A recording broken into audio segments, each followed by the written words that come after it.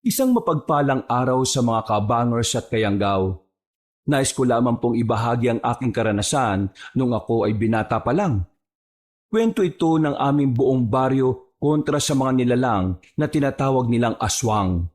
Ang mga nilalang na naglagay sa aming lahat sa panganib. Hinding-hindi ko po makakalimutan ang mga nangyari noon. Lalong-lalo na kung papaanong munti ka na akong mamatay dahil sa paghasik ng kasamaan. Ako po si Eman, kabanong mga kabangers at mga kayanggaw.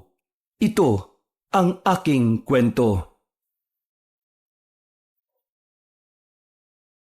Bago nga pala magsimula ang ating kwento, sana'y mapindot nyo muna ang subscribe button at ang notification bell para lagi kayong nanonotify pag may bago tayong mga kwento.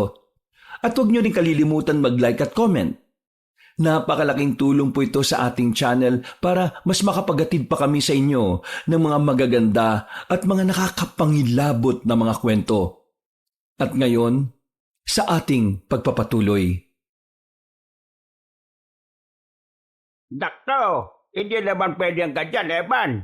Alam nyo naman na maliit lang kita sa pagtitinda ng kamatis magagawa nyo pa talagang bumali ng pera?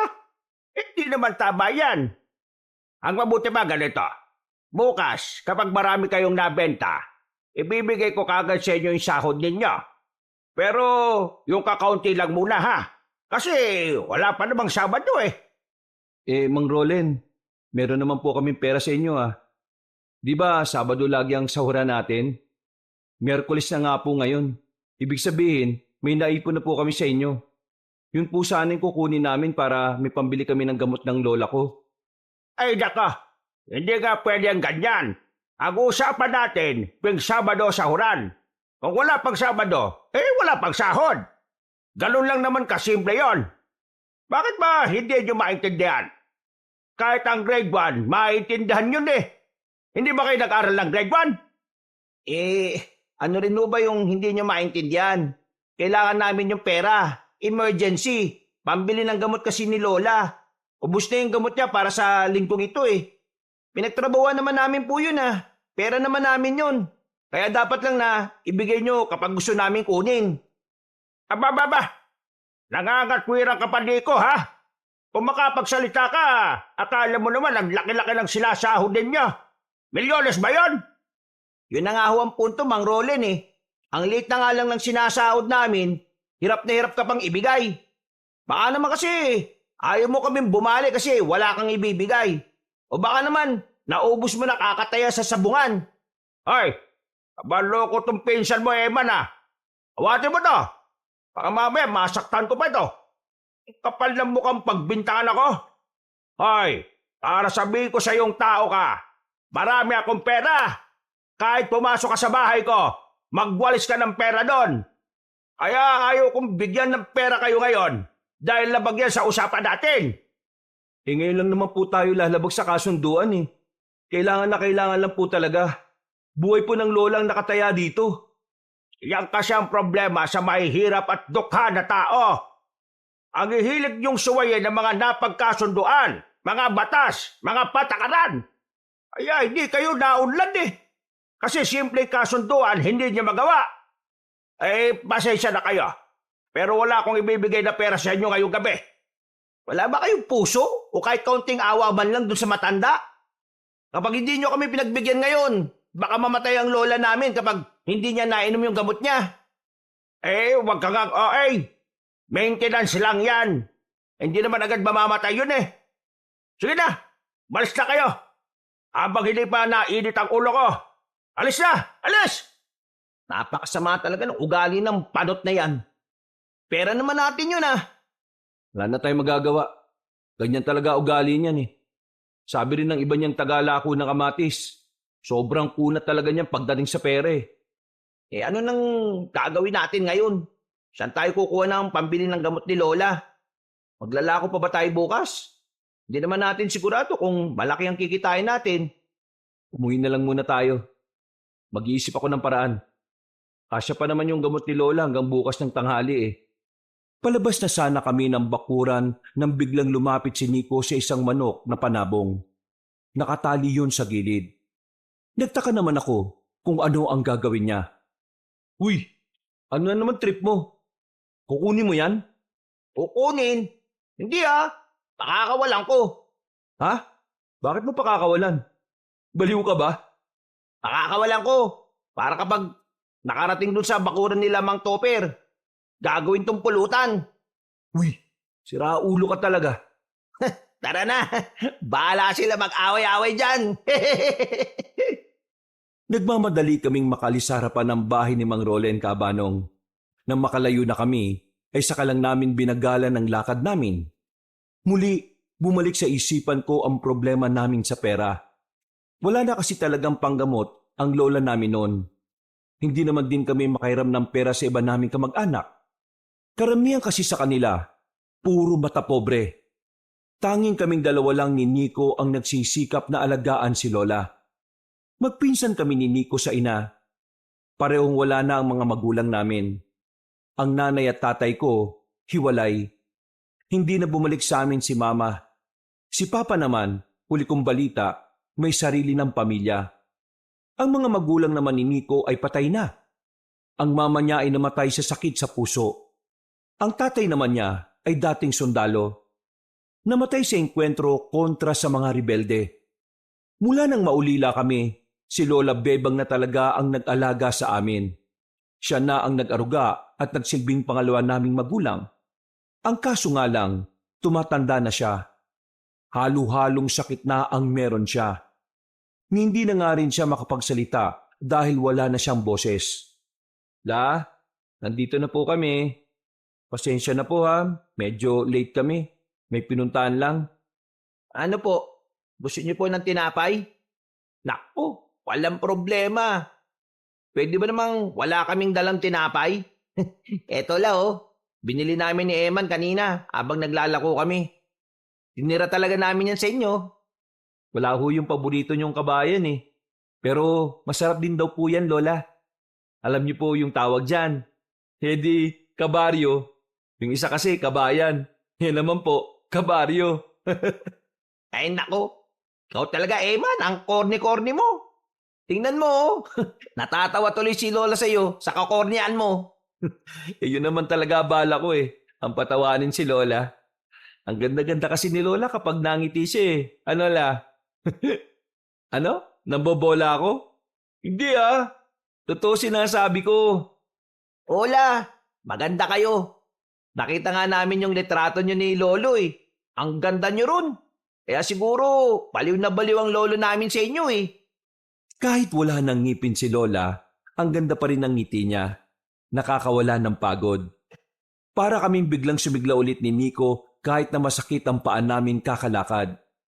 Hindi ko alam pero parang si Lola ang nagsisilbi naming lakas. Kapag nakikita namin siya, parang dumadami ang dahilan namin para magpatuloy. Kinabukasan, inaantok pa kami ni Nico pero kailangan na namin bumangon ng maaga. Kailangan din kasi namin kunin ng isang kariton sa bahay ni Mang Rolen para ilako. Bago kami umalis, pinagandaan pa kami ni Lola ng almusal. Kahit na may mga sakit na, minsan ay nagagawa niya pa rin kaming asikasuhin. Pagdating namin sa bahay ni Mang Rolen, naririnig na namin ang ingay na nagmumula roon. Kahit yung ibang naglalako rin ng kamatis niya ay hindi rin makalapit. Visit! Visit talaga yung lasinggero na yan! May araw din sa akin ng siraulo na yan!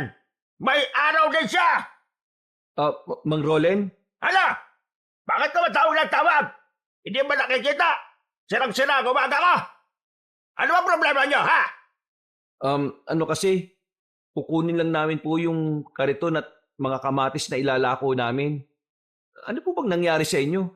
Mukhang masama ang gising nyo Eh, maganda na kasi sana yung gising ko. Kasi tumawag yung asawa ko mula sa ibang bansa.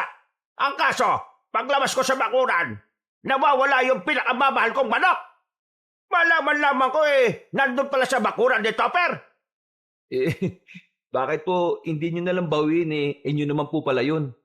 Para ano? Para kainin ko? Yung manok ko, ginawa niyang lechon, pinulutan. Wisit na lasinggero yon. Bakit kasi nabuhay pa siya nung nasagasaan siya nung nakarang taon Dapat namatay na yan Salot dito sa baryo natin yan. Puro kalasingan lang ang ambag sa pamilya. Padre di pamilya na palamunan. Buwisit! Ah, sige po. Balik na lang po kami mamaya. Sige na! Kunin nyo na yung mga ilalako nyo bago ko pa kayo pagbuntunan. Dali-dali namin kinuha ang maliit na kariton na may mga nakalatag ng kamatis. Paglabas namin ng bakuran ni Mang Rolen, ay biglang natawa si Nico. Hindi pa siya titigil kung hindi ko lang siya sinaway. Uy, baliw ka talaga. Nagkatotoo sinabi mo. Sabi ko sa iyo dapat lang sa kanya yun. Napakasama ng ugali niya Paano kapag nalaman niyang ikaw nagpalaya ng manok niya? Kung malalaman niya, hindi naman. Loko-loko ka talaga. Sinimulan namin ang paglalako ng kamatis. Sa unang baryo na napuntahan namin ay matumal ang bentahan. Kakaunti lang ang bumili. Wala pang 100 ang benta. Sa sumunod naman na baryo, kahit papaano ay maraming bumili. Pero hindi pa rin yun sasapat para makabali kami ng pera kay Mang Rolen. Mga bandang hapon naman, wala na talagang nabili ng kamatis. Marami-rami pa ang natitira. Sumapit ang 5:00 ng hapon, naisipan na lang namin bumalik sa amin at isurrender na ang mga kamatis kay Mang Rolen. Pagkakita niya lang sa amin sa bakuran niya, nakasimangot na kagad siya. Salubong ang kilay at napapamura pa. Ano yan? Kamatis po. Tarantado ka ba? Alam kong kamatis yan. Bakit ang dami pa yan? Pasensya na po, Mang Rolen. Pero matumal po ngayon ang bentahan sa mga lugar na napuntahan namin Anong matubal? Sila Benji nga, ubos yung mga dala nila. Tapos kayo ganyan. Sila Benji kasi basket lang naman ang dala kami naman kariton. Nangagatwira ka na naman. Sipahin ko yung mukha mo Akin na yung benta. 300 lang po yung benta. Sige na, alis na. Baka naman po pwedeng... Bumali! Seryoso ka ba? 300 lang ang benta nyo, babalik ka. Di ba sabi ko, kapag malaki ang kinita nyo, ibibigay ko ang konting parte ng sahod ninyo. Malaki ba kinita nyo? Hindi naman Ay nako, naiirita ako sa inyo. Sige na, umalis na kayo. Siya nga po pala. Napadaan kami kanina sa bahay ni Mang Topper. Pinasyat lang kami ng isa. Tapos, nakipulutan na rin po kami ng manok. Grabe! Ang sarap po pala ng litsyong manok. Lalo na kapag panapong. Visit ka. Umalis na kayo. Baka mahampas ba kitang sa naulo ka. Naglakad na kami ng mabilis habang patawa-tawa pa si Nico. Gustong-gusto niya talagang inaasar si Mang Rolen. Mabuti na nga lang at hindi niya kami tinatanggal sa trabaho. Kung sa bagay, wala namang iba na magtsatsaga pa sa mababa niyang pasahod. Napapakamot na lamang kami sa ulo nung hapon na yon. Problema namin ay kung papaano kami makakabili ng gamot ni Lola Bebang. Habang naglalakad kami, naririnig naming merong tumatawag sa pangalan ko sa likuran. Man? Oh, Lara, ikaw pala. Bakit? May ipapayos ba kayong wiring? Hindi, wala naman. Nalaman ko kasi kapon sa isa sa mga kamag-anak nyo na kailangan nyo raw ng pambili ng gamot ni Manang Bebang. Oo Kailangan nga namin. Sa katunayan wala na ngang gamot ngayon si Lola. Si Mang Rolen kasi, ayaw ibigay yung advance na sahod namin. Pinagpaguran naman namin yun Sabado pa raw. Pumunta raw kayo sa bahay, sabi ni Lola. Ha? Bakit? Anong meron? Basta, sumunod na lang kayo. Naunang naglakad si Lara. Sinundan namin siya at habang naglalakad kami, hindi naming maiwasang mag-isip kung ano ang dahilan at bakit kami pinatatawag ng lola niya. Mga ilang sandali lang ay nakarating na rin kami roon. Bumungad sa amin na matandang babae na puti na rin ang buhok na si Aling Tessie. Kakilala siya ni Lola pero hindi sila sobrang close sa isa't isa. Kailangan niyo ng pera? Opo Kailangan po namin. Wala na po kasing gamot si Lola. Pahiramin ko kayo ng pera para may pambili na kayo ng gamot.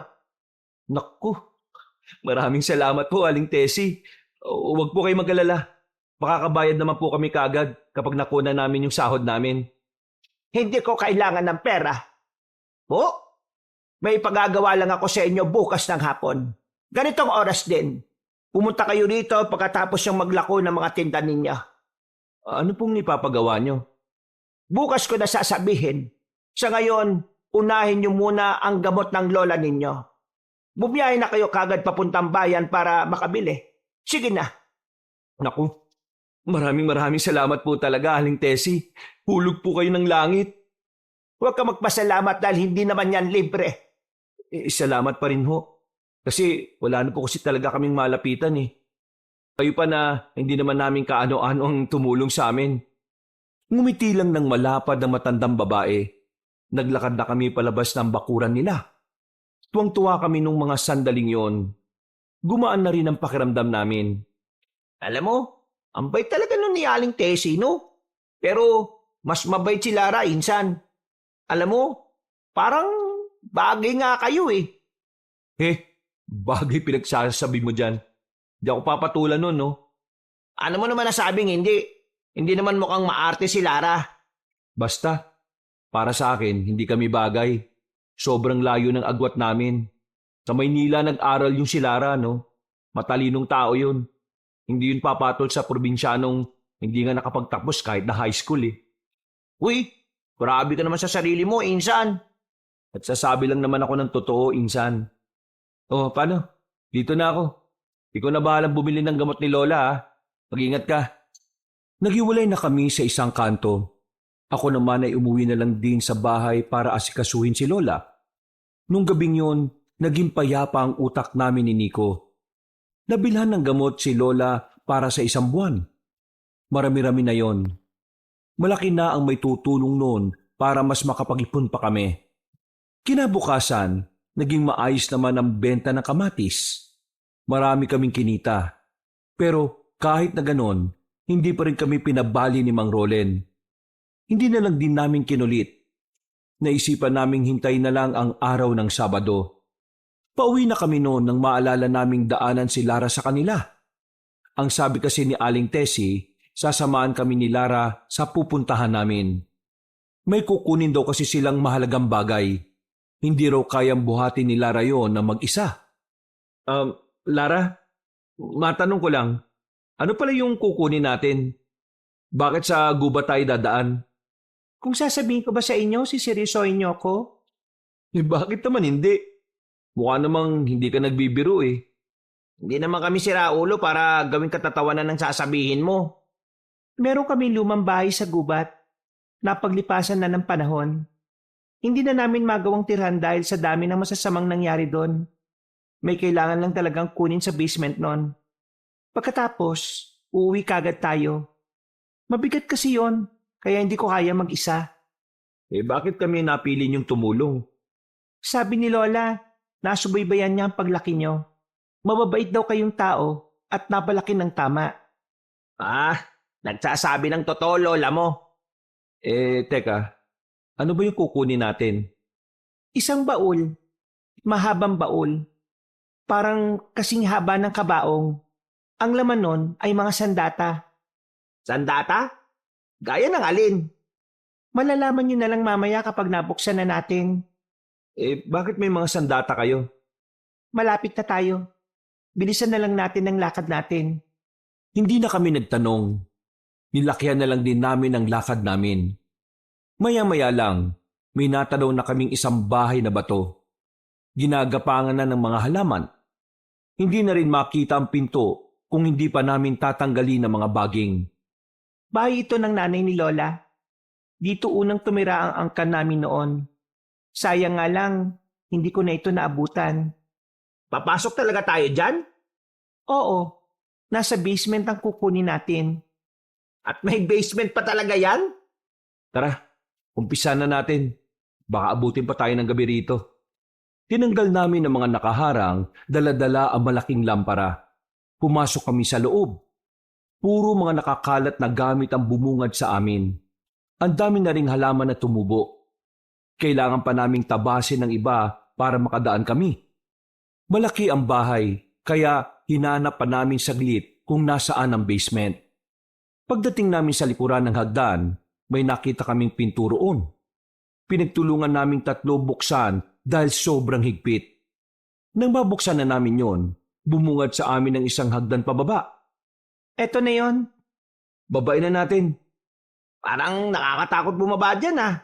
Wala bang ahas dyan? Hindi nakakapasok ang mga ahas sa mga ganitong uri ng basement. Masyadong kulop. Kung sakaling meron, mag-ingat na lang sa tuklaw kung gusto mo pang makaabot sa pagsikat ng araw. Marunong ka rin palang manakot ha? Hindi nagtagal, binaba na namin ang hagdanan. Malawak din ang basement sa ilalim. Sinindihan namin ang mga gasera doon na nilagyan pa namin ng gaas. Maraming libro doon na sobrang dami na ring alikabok. Meron din mga lumang gamit na parang pang sinaunang panahon pa. Hindi mo ba alam kung saan eksakto nakalagay yung baul na sinasabi mo? Kahit si Lola, hindi niya rin alam. Hindi naman kasi siya pinapayagang pumunta rito eh. Nitong matanda na siya, sa kanya lang nalaman ang basement na ito. Eh ano yun? Yung nasa likod ng mga nakatambak na yan. Nilapitan namin ang likuran ng mga nakatambak na gamit. Meron kaming nakitang mahabang kahon doon. Nang hilahin namin yon, ay nalaman na namin na yun pala ang baul na sinasabi ni Lara. Hindi na kami nagsayang ng oras. Pinukpok kagad namin ng martilyo ang kandado. Dahil kinakalawang at marupok na rin naman yon, ay agad na rin namin yung nabuksan. Bumungad sa amin ng mga patalim, katana, itak, punyal, at kung ano-ano pang patalim. Sobrang kapal na ng alikabok, pero walang kalawang. Eto na yon. Eh ano naman ang gagawin natin dyan? Sabi mo nga sa amin, Lara, may paggagamitan ba kayo niyan sa mga kalugar natin? Sino bang kaaway nyo? Meron paggagamitan ito, pero hindi sa mga kalugar natin, kundi sa mga aswang. Teka. Aswang? Seryoso ka ba? Hindi ba kayo naniniwalang may aswang? Hindi naman sa hindi naniniwala. Hindi ko lang talaga inakala na ganun yung sasabihin mo. Oo nga, kasi hindi naman kayo mukhang pumapatay ng aswang eh. Seryoso nga. Kasaysayan ng pamilya namin ang pagkakaroon ng matinding alitan sa mga aswang. Dito mismo sa bahay na ito. Dito dinadala ang mga kasapi ng nanay ni Lola na sugatan. Nakikipaglaban sila sa mga aswang. Dito na rin nagkandamatay ang iba nilang kasamahan. At yung ibang kamag-anak nila Lola, dito na rin pinatay ng mga aswang. Kaya nga, nasabi ko kanina na maraming masasamang nangyari dito. Teka lang. Masyado kong nabibilisan sa mga nangyayari. Di, yung angka nyo pala yung mga nasa kwento-kwento na isa sa mga angka na kumakalaban sa mga aswang nung panahon ng Kastila? Oo, isang angkan namin. At ang angkan lang namin, ang tanging nanatiling buhay sa panahon na ito. Astig! Totoo pala talaga yung mga kwento-kwentong yon? Akala ko kwentong bayan lang talaga eh. Matanong ko na rin ha. Kaya ba natin to kinukuha dahil maghahanda kayo sa mga aswang? Bakit? May aswang na naman ba rito sa atin? Ayon sa pangitain ni Lola, may paparating na dilubyo sa probinsyang ito. Pangitain? Bakit? Manghuhula ba lola mo? Nakakabasa siya ng mga tarot cards. Ilang beses nang lumabas sa pangitain ng mga nilalang na mababangis. Ang tanging naiisip ni Lola, mga aswang. Sigurado kayang totoong mangyayari yung pangitain ng lola mo. Hindi naman sa nagdududa ako kay Aling Tessie ha. Ang akin lang naman, dapat sigurado tayo, di ba? Minsan lang gawin ni Lola ang pagbabasa ng baraha. At madalas, tumatama ang mga pangitain. Kami, may gagawin ba kami? Wala naman. Nagpatulong lang kami sa inyo na buhatin ito. Kayo lang kasi ang mapagkakatiwalaan namin. Yung iba naming kamag-anak, hindi na nila gusto to. Matagal na nila kinalimutan ang kasaysayan ng angka namin. Paano yan? Kayong dalawa lang ng lola mo ang lalaban sa mga aswang kung sakali? Hindi ko rin alam. Ang malinaw lang ngayon, kailangan namin maghanda. Hindi na kami nakapagsalita sa mga sinabi niya kabanong. Nakatinginan na lang kami ni Nico. Matapos ang usapang yon, binuhat na rin namin ang kahon palabas ng bahay. Mabigat, pero hindi yun naging hadlang sa amin para makalabas ng kagubatan. Matagumpay naming naihatid yon sa bahay na maglola. Masayang nagpasalamat sa amin si Aling Tessie. Pagkatapos, nagpaalam na rin kami sa kanila. Makalipas ang ilang linggo, naging maganda ang takbo ng trabaho namin. Marami-rami kaming nabebenta palagi. Kaya naman, hindi nauubusan ng gamot ang lola namin. Isang hapon, masaya kaming naglalakad pauwi sa amin. Dala-dala kasi namin ang paboritong tinapay ni Lola na kabayan. Sa kasagsagan ng aming paglalakad, meron kaming nakitang lalaki sa gilid ng kalsada. Matangkad ang lalaki, may kapayatan, at maputla ang balat niya. Tumigil kami sa paglalakad. Napansin kasi namin na parang hirap na siya. Meron siyang sinusuka. Napapalood pa sa lupa ang dalawang tuhod. Tol? Ayos ka lang? Gusto mo ba ng... Lumayo ka sa akin! Oo, kalma lang tol. Concern lang kami sa'yo. Mukha kasing sinabi ng lumayo kayo sa akin eh. Napadistansya kami nang humarap siya sa amin.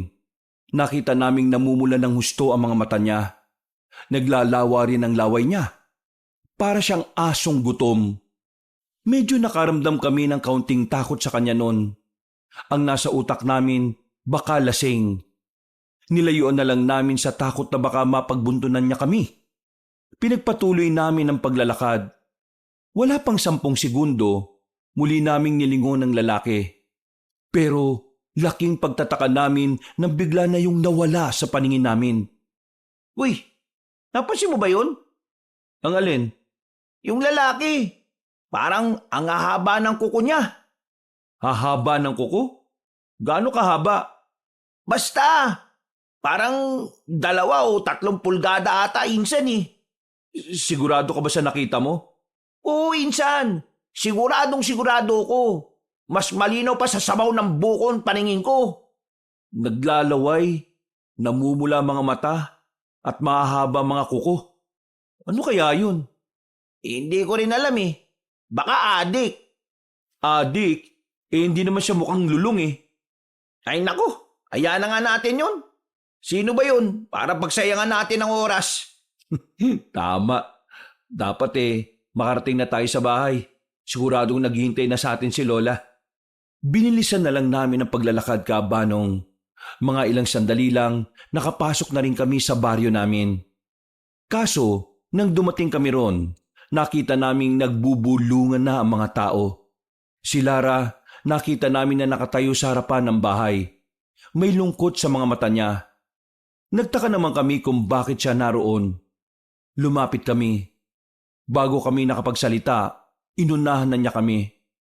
Eman, ang lola nyo. Ha? Bakit? Nasaan si Lola? Dinala siya ng mga kalugar natin. Natagpuan siya kanina dito sa bakuran nyo. Walang malay. Nang marinig pa lang namin yon, ay agad na kaming kinabahan. Hindi na namin nasagot si Lara. Tumakbo agad kami pabalik sa terminal ng mga tricycle. Halos paliparina ng driver ang sinasakyan namin para lang maabutan namin si Lola. Pero nang dumating kami ron, sabi ng mga naghatid sa kanya na kalugar namin, wala na raw si Lola. Ayon sa kanila, nakita raw ng mga bata na parang inaatake sa puso ang lola namin. Hindi agad nakatawag ng saklolo mga bata dahil hindi naman nila agad naintindihan kung ano ang nangyayari. Noong mga sandaling yon kabanong, parang gumuho ang mundo namin. Nawalan kami ng lakas. Ang dahilan kung bakit kami patuloy na lumalaban ay bigla na lang naglaho. Walang humpay ang iyak namin noong mga sandaling yon. Hindi na nga rin namin namalaya na kasama na namin si Aling Tessie at si Lara. 10:00 na ng gabi nang maging kalmado na kami. Saka palang nagrehistro sa utak namin na wala na talaga ang lola namin. Kumain na muna kayo. Hindi pa kayo naghahaponan. Sige lang po. Wala po kaming gana eh. Maraming salamat po sa pagdamay. Pero kaya na po namin. Anong oras na rin po. Umuwi na po kayo. Sige. Sabihin sa amin kung anong pwede naming maitulong. Kinabukasan, naiburol agad si Lola sa bahay namin. Makalipas lang ang 3 araw ay naipalibing na rin siya sa tulong ng mga taong nagdonasyon para mabayaran ang mga utang sa pagpapalibing. Sobrang bigat ng pakiramdam namin noon, Kabanong. Gulong-gulo ang utak ko. Parang pakiramdam namin, hindi totoo ang mga nangyari. Siguro nga, tama si Aling Tessie. Kailangan natin magpatuloy. Kahit na mahirap, kailangan nating tanggapin na wala na nga si Lola. Hindi ko nga lang kasi lubos maisip na mangyayari yun eh. Hindi pa pala sapat ang mga gamot na binibili natin. Man, insan, gusto ko umusad eh. Sasamahan mo ba ako sa pag-usad na yon? Oo naman. Alam kong hindi rin naman matutuwa si Lola kapag nakita niya tayong lugmok eh. Dapat nakangiti si Lola.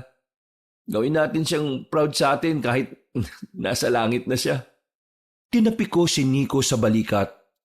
Kumuha ko ng makinis na bato at pinukol sa ibabaw ng ilog. Napangiti pa ako nang makitang tumalbog yun ng ilang ulit. Matapos naming makapagmuni-muni sa kagubatan, agad na rin kaming umalis doon.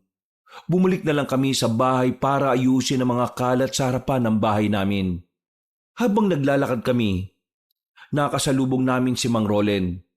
Nakasimangot ang mukha niya. Hindi namin alam kung bakit.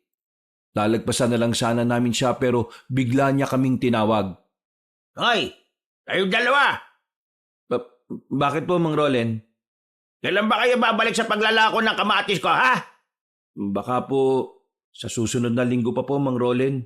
Hindi pa rin kasi kami... Ang dami nyo sigurong pera galing sa mga abulay. Kaya yung kamatis na pinagkukunan nyo noon ng pagkain binabaliwalan nyo na. Hindi naman ho yata tama na isipin niyo sa amin yan, Mang Rolen. Magsimulan na kayo ulit bukas sa maglalako. Sayang din yung nawawalang pera sa akin kasi walang naglalako ng karit-kariton kong kamatis na. Nabubulok lang sa bahay Mawalang galang na po, Mang Rolen. Pero mas kailangan nyo yatang magkaroon ng mabuting puso kaysa maraming pera eh. Anong sabi ba? Alam nyo naman nakamamatay lang ng lola namin, di ba? Hindi na mabubuhay ang lola nyo kahit maging malungkot kayo hanggang susunod na taon. Mas mabuti bang kumilos na kayo kaysa mag-iiyak kayo araw-araw? Ganun po ba? Ito kaya... Biglang sinapak ni Nico si Mang Rolen. Sa lakas ng pagkakasuntok ni Nico ay agad na natumba si Mang Rolen at tumama pa ang likod sa bakod. Hindi ko inawat si Nico. Kahit ako man din kasi ay banas na sa sinabi ng matandang yon. Sinabi na namin, di ba? Hindi pa kami okay. Huwag mo nga kaming pinipilit dahil hindi mo kami pag-aari, no? Kung hindi mo kayang igalang ang pagluluksaan namin, manahimik ka na lang, siraulo ka, matanda ka. Hinawakan ni Nico ang kwelyo ni Mang Rolen at saka sinubsob ang mukha sa lupa. Nang makita kong nahihirapan ng huminga ang matanda, ay agad ko na ring inawat si Nico. Ang kapal ng mukha mong saktan ka! Wala kayong utang na loob! Kung hindi dahil sa akin, hindi kayo makakabili ng gamot sa pang-araw-araw! Ikaw ang makapal ang mukha! Hindi mo pa nga binibigay yung sahod namin eh, kahit Sabado na ngayon. Mas makapal ang mukha mo. Kasi wala kang pakialam sa mga tao mo. Ang tanging nasa isip mo lang pera, pera, pera! At ang walang kwentang sarili mo! Kaya hindi kayo umuulan sa mga buhay ninyo kasi mga wala kayong pinag-aralan! Walang bono! Mga idudel! Walang utak! Kahit konting talino wala kayo! Hindi kayo uusan, Jayman! Lalong-lalo ka na, Nico! Wala kang mararating! Ikaw ang walang mararating! Mamamatay kang ganyan, oh! Kunwari ka bang masaya ka sa buhay. Pero yung asawa mo naman may asawang iba sa ibang bansa. Ano? Ayong sinabi mo? Hindi ko na uulitin, baka masabak pa kita ulit Tara na nga, Nico. Wala naman tayo mapapala sa matandang yan Ay! Huwag na kayo magpapakita sa akin! Hindi na rin kayo makakapaglako na kamatis! Tingnan natin kung may mahanap kayong ibang trabaho! Mga idudel! Sa iyo na yung kamatis mo, no? Kasama mo silang mabubulok! Naglakad na mabilis si Mang Rolen. Para siyang batang nagmamaktol na kulang na lang ay umiyak ng umiyak at maglupasay. Umuwi na lang kami ni Nico sa amin. Kinabukasan, isang balita ang bigla na lang pumutok sa baryo namin. Usap-usapan sa amin na si Mang Rolen ay muntikan na raw mamatay. Meron daw kasing isang mabangis na nilalang na umatake sa kanya. Mabuti na lang daw ay natulungan ito ng mga rumorondang tanod. Kinabukasan, Dapat nga natuluyan na siya eh. uy, huwag ka naman ganyan. Hindi tayo tinuruan ni Lola na hilingin ang kapamakan ng ibang tao Diyos na ang bahalang magpato ng parusa sa kanya. Nakakainis kasi. Hindi mo naman ako masisisi kung matuwa ako sa balitang yun. Ilang taon na niya tayong minamalit eh. Hindi lang tayo napalag kasi kailangan natin ng pera. Oo, kalma na. Ito naman Pero alam mo, niisip ko lang ano kayang nilalang yung sinasabi nila na umatake kay Mang Rolen? Hindi ko rin nga maisip eh. Ang sabi kasi ng mga chismosa sa labas, lalaki raw, mahaba ang kuko, tapos gumagapang. Hindi kaya... Oh, Lara, ang aga mo ah. Bakit? Anong meron? Pinapabot ito ni Lola sa inyo. Puto bumbong, pang-almusal. Uy!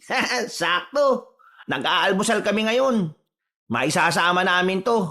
Maraming salamat Lara, salamat sa inyo ng lola mo Pero ayos na kami ni Nico.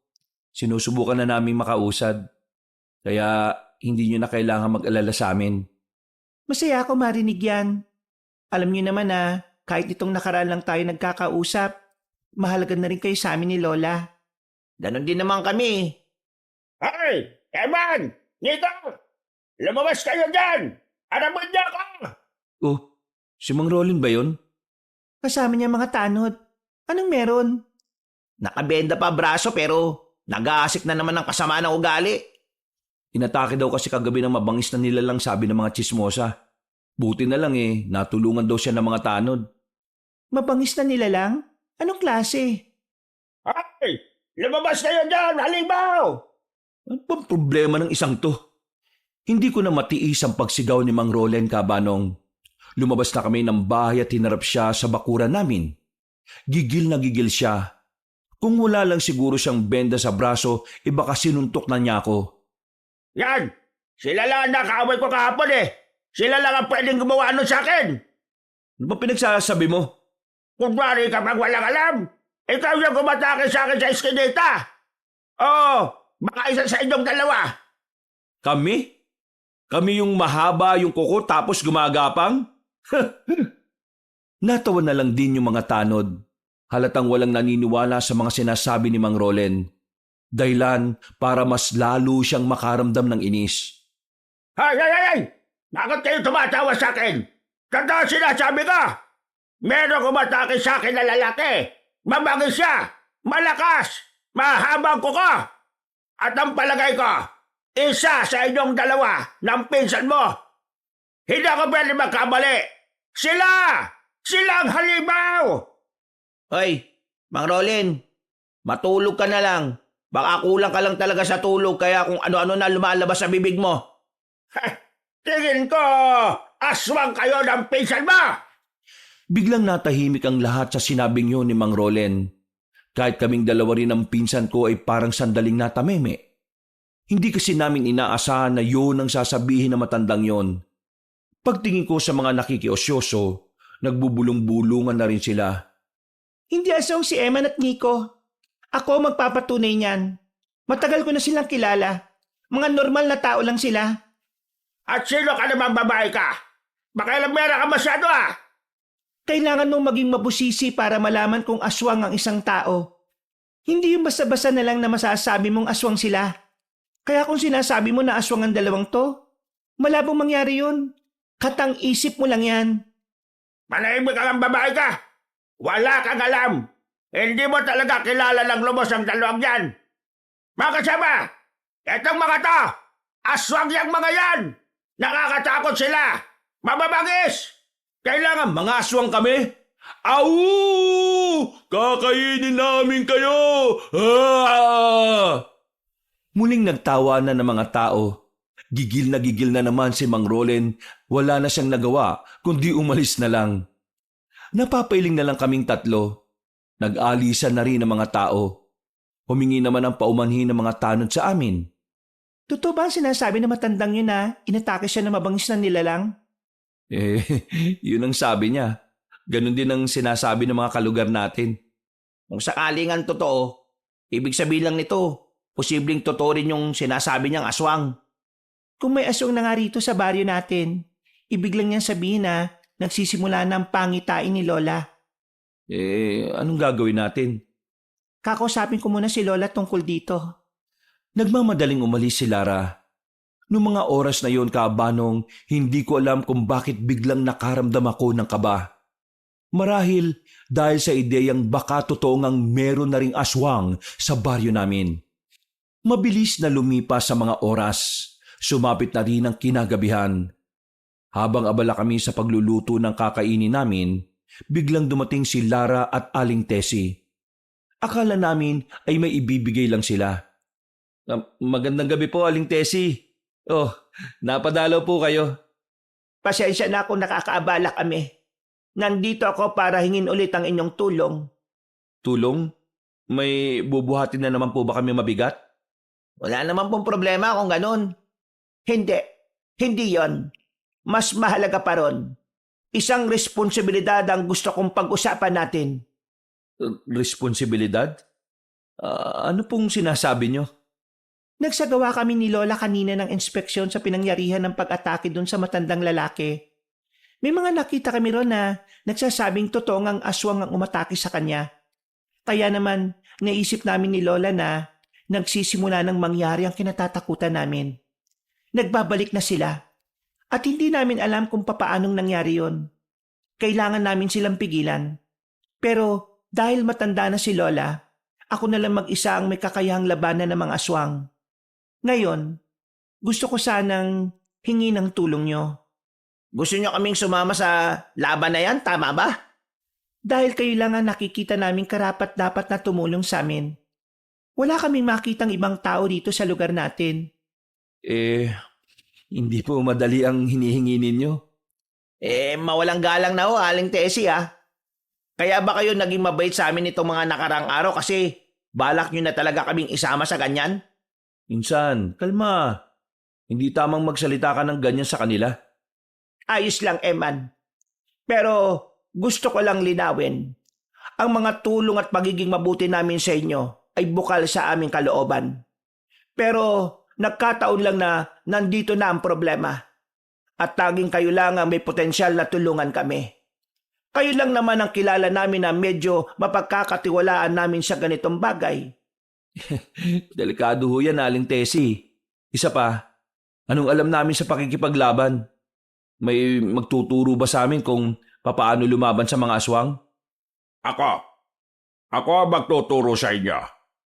Napatingin kami sa labas ng bakuran nang marinig namin ang tinig na yon. Isang matandang lalaki ang lumapit. May dala-dala siyang tungkod. Ang kasuotan niya ay mahaba na parang lumang-luma na. Maraming nakasabit na kung ano-anong burloloy sa katawan niya. Mawalang galang na ho. Sino kayo? Narinig ko, may plano kayong labanan ng mga aswang, tama ba? Ipakilala niyo po muna ang sarili niyo bago namin sagutin ang tanong niyo. Ako si Jojo, isang malalakbay. Matutulungan ko kayo sa problema niyo. Sa papaanong paraan? May alam ka ba sa pakikipaglaban?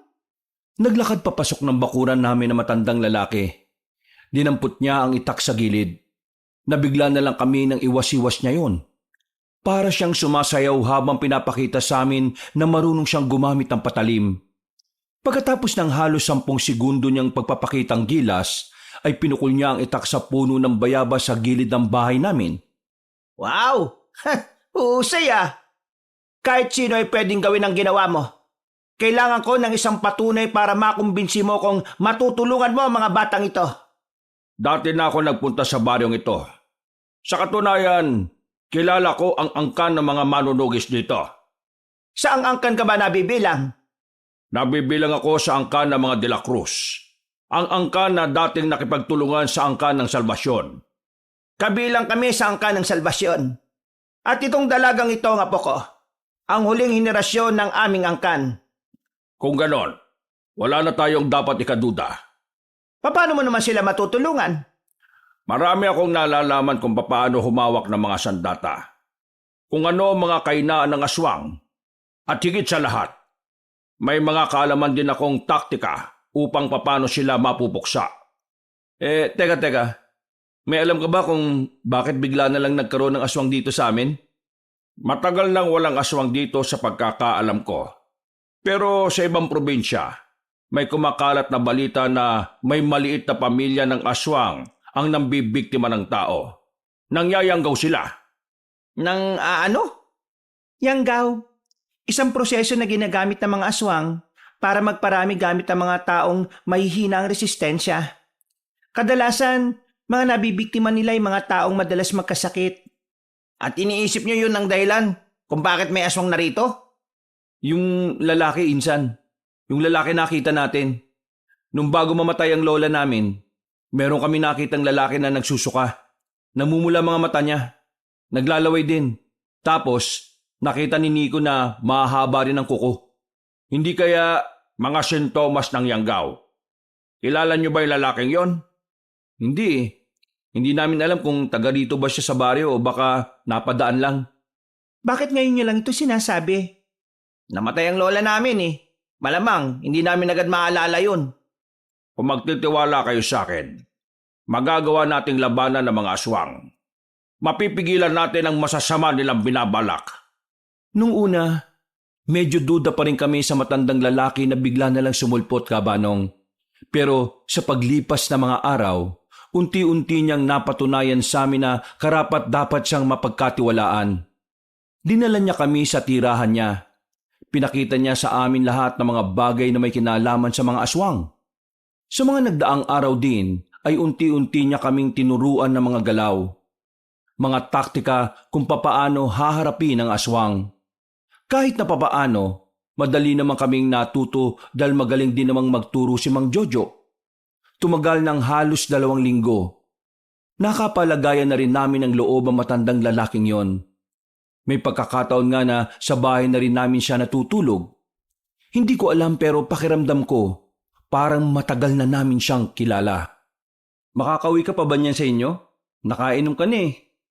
Di kung malalasing ako, dito ulit ako matutulog. Ayos lang ba talaga na nagiinom ka? Ubo ka na ng ubo eh. Oy, nag-aalala na sila sa akin ah. Siyempre naman, ikaw na yung parang leader namin eh. Paano pag biglang umatake ang mga aswang? Anong gagawin namin kung wala ka? Wala pa mga aswang. Hindi pa sila darating dito. Baka nagpaparami pa ang mga yon. Yun na nga ang punto eh. Sa halip na sana nagre-relax tayo, dapat naghahanap na tayo sa kanila. Sandali nga. Matanong lang kita. Bakit pala kayo pumayag na sumama sa laban na to? Nagkatinginan kami ni Nico. Bumuntong hininga muna ako bago nakasagot. Ilang araw din kasi naming pinag-iisipan ni Nico ang bagay na yon. Palagay namin, mas magkakaroon ng saysay ang buhay namin kung may gagawin kaming makakatulong para sa lahat. Simple lang naman. Gusto namin ng kapayapaan dito. Kapag nanggulo ang mga aswang, mababalot ng takot tong lugar na kinalakihan namin. At itong bahay namin, baka sirain pa ng mga aswang. Itong bahay na nga lang ang natitirang alaala ng lola namin eh. Sa madaling sabi, dahil pa rin sa inyong lola. Para sa lola namin, para sa mga tao. Mabuti pa. Samahan niyo na lang akong uminom. Hindi na, ikaw na lang. Hindi pwede lahat tayo malasing. Binantayan na lang namin si Mang Jojo nung gabing yon. Makalipas lang ang 1 oras, tinamaan na rin siya ng alak. Nakatulog kagad siya sa papag namin. Sa sobrang sarap ng tulog niya, sobrang lakas din ng hilik. Sinubukan na lang din naming matulog, pero hindi kami dinadalaw ng antok ni Nico. Sumasagi pa rin sa isipan namin ang tungkol sa aswang. Dakong 3:00 ng madaling araw, mulat pa rin ang mga mata namin. Ang lakas sumilik ni Mang Jojo kapag lasing. Potek, parang rinig yata sa buong badyo eh. Ganyan din naman ang hilik mo palagi eh. Uy, hindi ah. Napabangon kami nang marinig namin yon. Ang unang pumasok sa utak namin baka mula sa aswang ang alulong na yon. Wala kaming sinayang na sandali. Pinuntahan namin si Mang Jojo. Inalog-alog namin siya para magising. Pero Kahit na anong gawin namin ay hindi namin siya nagigising. Yan na nga ba sinasabi ko eh. Hindi magising ang mukong. Mang Jojo, gising! May aswang! Kailangan ka namin! Mang Jojo! Wala na. Wala na tayong magagawa dyan. Tulog mantika ang loko eh oh. Tara na, Ha? Dalawa lang tayo? puntahan natin si Lara. Paglabas namin ng bahay, sakto namang nakasalubong namin si Lara. Kaya direkta na namin pinuntahan kung saan nagmumula ang alulong na aming narinig. Pero wala kaming inabutan. Nagtago na lang muna kami sa gilid para pakiramdaman ang paligid. Nasaan si Mang Jojo? Lasing eh. Diyos ko naman. Dapat hindi niyo pinayagan makainom eh. Alam niyo namang kahit na anong oras pwedeng dumating ang aswang. Yang kulit eh. Sabi niya, hindi pa naman daw darating ang mga aswang. Kaya yun, nag-inom. Pagtuunan na lang natin itong pagmamasid natin. Tahimik lang kaming nakapwesto sa gilid ng nakaparadang truck. Mga ilang sandali pa, muli naming narinig ang alulong. Marahang kaming sumilip. Pagtingin namin sa bubungan ng isang bahay, naroon ang isang lalaking nakadapa sa bubungan. Sa mga sandaling yon, sakalang namin naramdaman ni Nico ang matinding kaba. Yun kasi ang unang beses na nakakita kami ng aktwal na aswang. Aakitin natin sa bubong? Oo, baka may inaaswang siya sa bahay na yan. O kalma lang. Insan, kalma. Huwag ka matakot. 3 tayo, isa lang yun. Marahan kaming lumabas sa kinalalagyan namin. Nang nasa harapan na kami ng bahay, napatingin sa amin ang aswang. Umangil siya ng malakas. Lumalabas-labas pa ang mahaba at matulis niyang dila. Hoy aswang! Bumaba ka dyan! Kami kalabanin mo!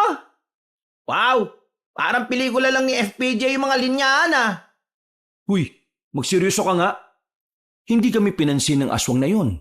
Sa halip, gumapang siya palayo. Tumalon-talon sa mga kalapit na bahay. Hinabol namin ang aswang hanggang sa makarating na kami sa tulay. Dito na tumigil ang nilalang at nakatayo lang siya sa gitna ng daan. Napagod ka na bang tumakas? Magsasalita pa sana si Lara ulit nang biglang gumapang yon papunta sa amin. Sabay-sabay naman kaming nakailag pero hindi siya tumigil. Ilang beses niya kaming tinangka na abutin pero buti na lang ay may kaalaman na rin kami sa pakikipaglaban. Hinigupit ni Lara ng itak yung aswang. Nahagip niya yon sa bandang balakang. Kaya naman hindi na rin ako nagpatumpik-tumpik pa. Tinaga ko rin ang aswang. Tinamaan siya sa braso. Buong akala namin ay mapapatay na namin ang aswang na yon. Pero naggulat na lang kami nang bigla siyang umangil ng malakas. Parang sumigla siya ulit. Mas naging mabilis. Hindi na namin nabantayan ang mga kilos niya. Kinalmot niya ako. Tinamaan ako sa balikat. Sinunod naman niya si Lara. Sa kasamaang palad, tinamaan din siya ng kalmot sa tagiliran. Mabuti na lang ay hindi yun malalim. Si Nico naman, parang hindi alam ang gagawin. Hawak niya ng 2 kamay ang itak. Unti-unting gumagapang ang aswang palapit sa kanya habang paatras naman siya ng paatras. Sige! Lumapit ka! Tatagay kita! Buwisit ka! Tagayin mo na! Kanina ka ba sabi ng sabi dyan eh? Huwag ka nga magmadali! Kuminis ka na! Pambira ka naman oh! Nagalit ang aswang sa kabagalan ni Nico. Nagmamadaling lumapit sa kanya ang aswang at akmang sasakbalin na sana siya nang biglang dumating si Mang Jojo. Nakita na lang namin na tumagos na yung katana niya sa katawan ng nilalang na yon. Mang Jojo, malakas ang pang-amoy ko sa mga salot na nilalang. Inistorbo mo ang tulog ko. Ha! Tigok ka ngayon! Kala ko ba tulog yan? Tulog naman talaga yan kanina eh. Ewan ko bakit gising na yan. Paggugot ni Mang Jojo ng katana ay siya namang bagsak ng aswang sa lapag. Agad yung binawian ng buhay. Nakabangon na rin kami at saka lumapit kay Mang Jojo. Nico, yung hawak mo, ginagamit yan. Hindi yan disenyo. Hindi yan para hawakan mo lang at ipanakot. Kalalaki mong tao, duwag ka. Tama na yan. Hindi naman kami sanay sa ganito eh. Kaya intindihin nyo na lang yung mga naging reaksyon niya. Ang mahalaga naman ngayon, ligtas tayong lahat. Pasensya na talaga. Man, ito ba yung lalaking nakita niyo nung nakaraan? Hindi eh. Iba mukha ng isang ito. Isa lang ang ibig sabihin, nakapagparami na sila. Kung hindi na sila mga aswang na dating nakalaban ng mga angkan ninyo, anong motibo nila rito sa amin? Simple lang. Gusto lang nilang kumain ng tao. Pero huwag kayong mag-alala. Mga baguang aswang lang ang makakalaban natin. Sisiw lang yan. Bigla na lang bumagsak si Mang Jojo. Nagulat kami kung anong nangyari. Yung pala ay natulog siya ulit. Kinabahan kami. Akala namin ay may nangyari ng masama sa kanya. Pagtapos namin siyang dalhin sa bahay, binalikan namin ang bangkay ng aswang. Dinala namin siya sa barangay para patunayan sa mga tao na totoong merong aswang sa probinsya namin. Pagsikat ng araw, nagkakagulo na ang mga residente sa amin.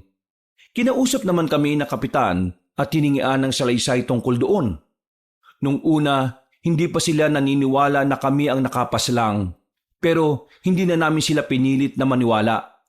Ang mahalaga na lang sa amin noon ay naipaalam na namin sa mga tao na nasa panganib ang lugar namin. Dahil doon, nagbaba agad ng kautusan ng pamunuan ng barangay namin. 5:00 pa lang ng hapon, dapat nasa loob na ng bahay ang mga tao. Wala namang umangal sa mga residente sa takot na baka sila ang mabiktima ng aswang. Isang tao lang naman ang pinoproblema namin dahil sa kakapakalat niya ng maling impormasyon. Mga immortal, hindi nyo alam na niloloko lang kayo ng magpinsan na yan.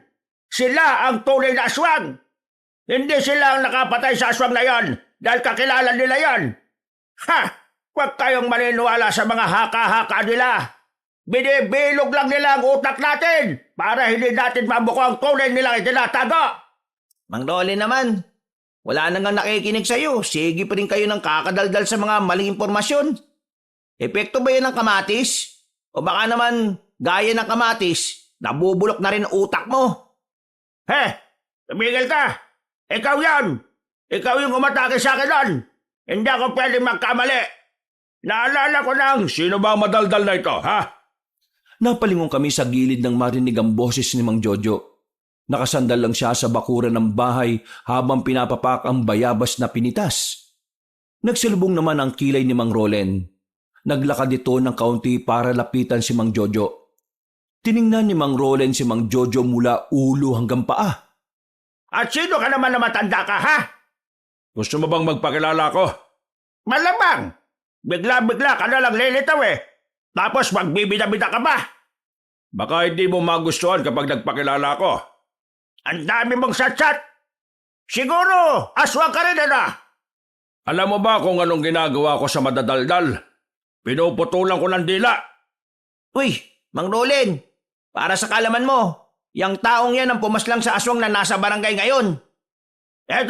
Etong matandang to!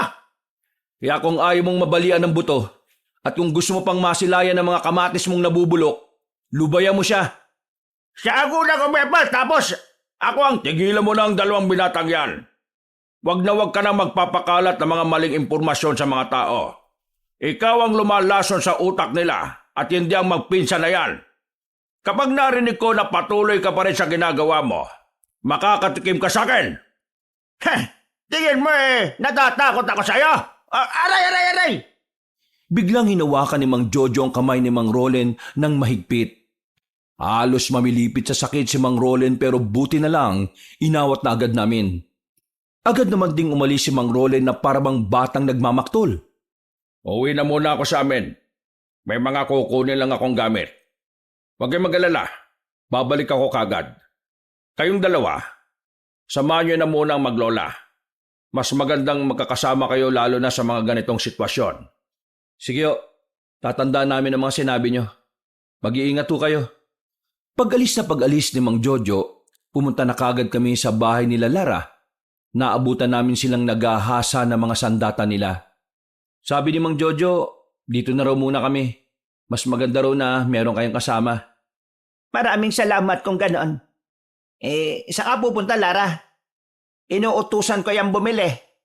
Isama na kita, Lara. Delikado na ngayon kahit maliwanag pa. Sige, tara. Dala ang isang bayong. Naglakad kami patungo sa palengke. Kailangan makapag-imbak ng pagkain ng maglola dahil walang kasiguraduhan kung kailan matatapos ang curfew sa baryo namin. Nang makarating na kami sa palengke, kakaunti lang ang mga tao. Halatang ang ibang tindera ay natatakot ng lumabas sa mga bahay nila. Habang namimili si Lara ng isda, naglakad na muna ako palapit sa nagtitinda ng tahong. Bibili din sana ako pero napukaw ang atensyon ko. May isang lalaking dumaan sa harapan ko. Nakilala ko ang mukha niya. Hindi ako pwedeng magkamali. Siya ang lalaking nakita namin. Agad ko siyang sinundan. Nang makarating kami sa iskinita, nagtaka ako kasi bigla siyang nawala. Napapakamot na lang ako sa ulo. Nang biglang may humila sa akin papunta sa sulok. Sinakal niya ako at itinaas sa ere. Sino ka? Bakit mo ako sinusundan? Ikaw! Anong nalalaman mo? Bakit mo ako sinusundan? Tinusok ko ang mga mata niya para mabitiwan niya ako. Hindi na ako nagsayang ng oras. Dumampot ako ng bote sa gilid at pinalo ko sa kanya. Pero parang hindi man lang siya tinablan kahit na tinamaan ko siya sa ulo. Nakatingin lang siya sa akin ng masama. Ikaw yung lalaki nakita namin. Nayanggaw ka. Aswang ka. Oo, naalala na kita. Kung ganon, alam mo pala ang pagiging aswang ko. Pwes, binigyan mo ako ng dahilan para patahimikin ka. Bakit? Tingin mo natatakot ako sa'yo? Hindi! Mabilis siyang lumapit sa akin. Hindi ko nabantayan. Nagulat na lang ako na nahawakan niya ako sa damit at saka binalibag. Tumama ako sa pader. Ramdam na ramdam ko ang pagtama ng likod ko. Dahilan para hindi agad ako makabangon. Pakailamero, anong tingin mo? Kakayanin mong kalabanin ng kagaya ko? Tao ka lang, pero ako, pinuno ako. Pinuno? Bakit? Hindi lang ba ikaw ang aswang dito? Hindi ka ba nag-iisip? Paano magiging pinuno ang isang nilalang kung wala siyang sama na pinamumunuan? Malamang, meron. Padami na kami ng padami. At kapag mas lumago pa ang samahan namin, kami na ang maghahari dito. Huwag kayong mag-alala. May dalawa naman kayong pagpipilian eh. Pwede namin kayong maging pagkain, pero pwede rin naman kayong maging kaisa sa amin. Ikaw, kung papipiliin ka, anong gusto mo? Mas pipiliin ko pang mamatay kaysa maging pagkain niyo o maging kagaya ninyo. Pilit akong bumangon, Kabanong. Dinukot ko ang maliit na patalim sa tagiliran ko at saka ipinukol yon sa lalaki. Tinamaan siya sa dibdib, pero sa kasamaang palad, parang wala lang yun sa kanya. Kaswal niya lang na binunot ang patalim. Muli siyang lumapit sa akin. Dinakma niya ang leeg ko. Marahan niya akong itinaas at idiniin niya pa ako sa pader. Kung hindi ka lang din mapapakinabangan, dapat mamatay ka na lang. Ay! Dumating si Lara. Dinukot din niya ang punyal na kanyang daladala. Tinamaan niya sa braso ang lalaking aswang. Dahilan para mabitiwan na naman niya ako. Papalagan pa sana siya ng aswang pero may mga taong nakarinig sa nangyari. Naalarma ang lalaki at dali-dali na lamang umalis. Ayos ka lang? Yung lalaking yon, siya yung nakita namin ni Nico. Sinabi niya mismo sa akin na marami na sila at siya ang pinuno ng samahan ng mga aswang. Hindi na to maganda. Mabilis naming nilisan ng palengke. Pag-uwi namin, kinuwento kagad namin sa kanila ang nangyari. Kahit si Aling Tessie ay nakaramdam na rin ng kaba. Bahagya siyang natakot sa maaaring mangyari. Lumipas ang mga oras, sumapit na rin ang kinagabihan. Wala na rin si Mang Jojo. Magkakasama lang kami sa bahay nila Aling Tessie. Nasa sala kaming magpinsan. Nagbabantay. Nagmamasid sa paligid. Makailang beses na rin kaming sumisilip sa labas.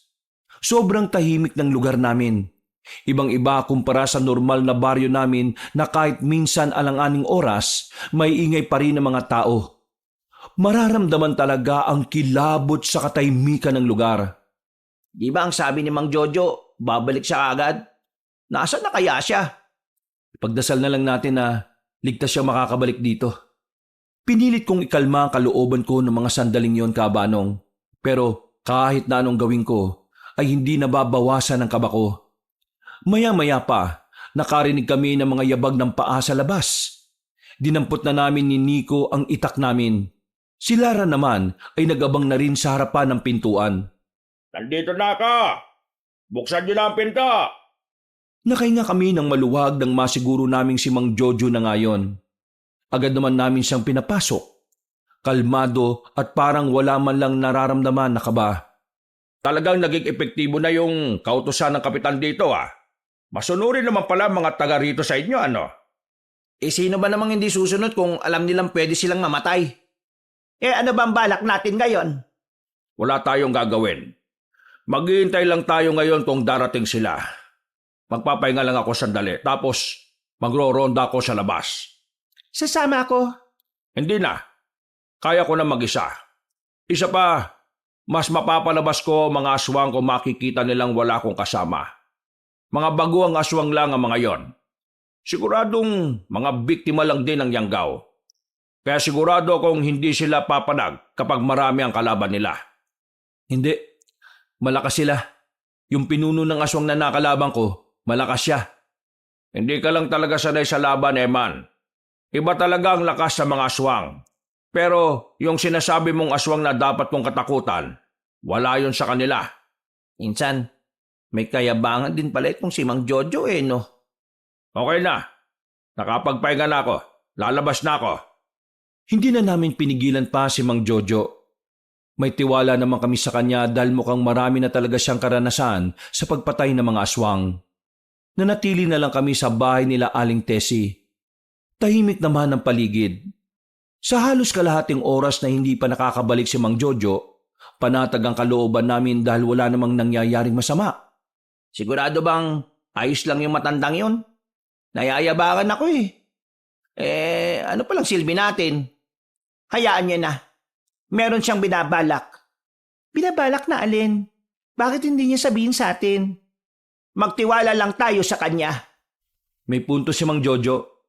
Baka narito na mga aswang. Pero dahil alam nilang may nagpoprotekta sa mga tao, hindi agad sila lalabas. Maging alerto na lang tayo. Para sa oras na kailanganin ni Mang Jojo ang tulong natin, handa tayo. Yan na nga ba sinasabi ko Punta na natin. Wag na muna. Anong wag? Kapag lumabas tayo kaagad, baka biglang umatras sa mga aswang. Ha? Bakit sila aatras? Hindi sila matatakot sa atin. Hindi naman tayo kagaya ni Mang Jojo na magaling. Kaya hindi ko maintindihan bakit sila matatakot sa atin. Yun ang sinabi ni Mang Jojo. Kung ano man ang binabalak niya, masisira natin yun kung lalabas tayo kaagad. Paano kung mamatay na yun doon?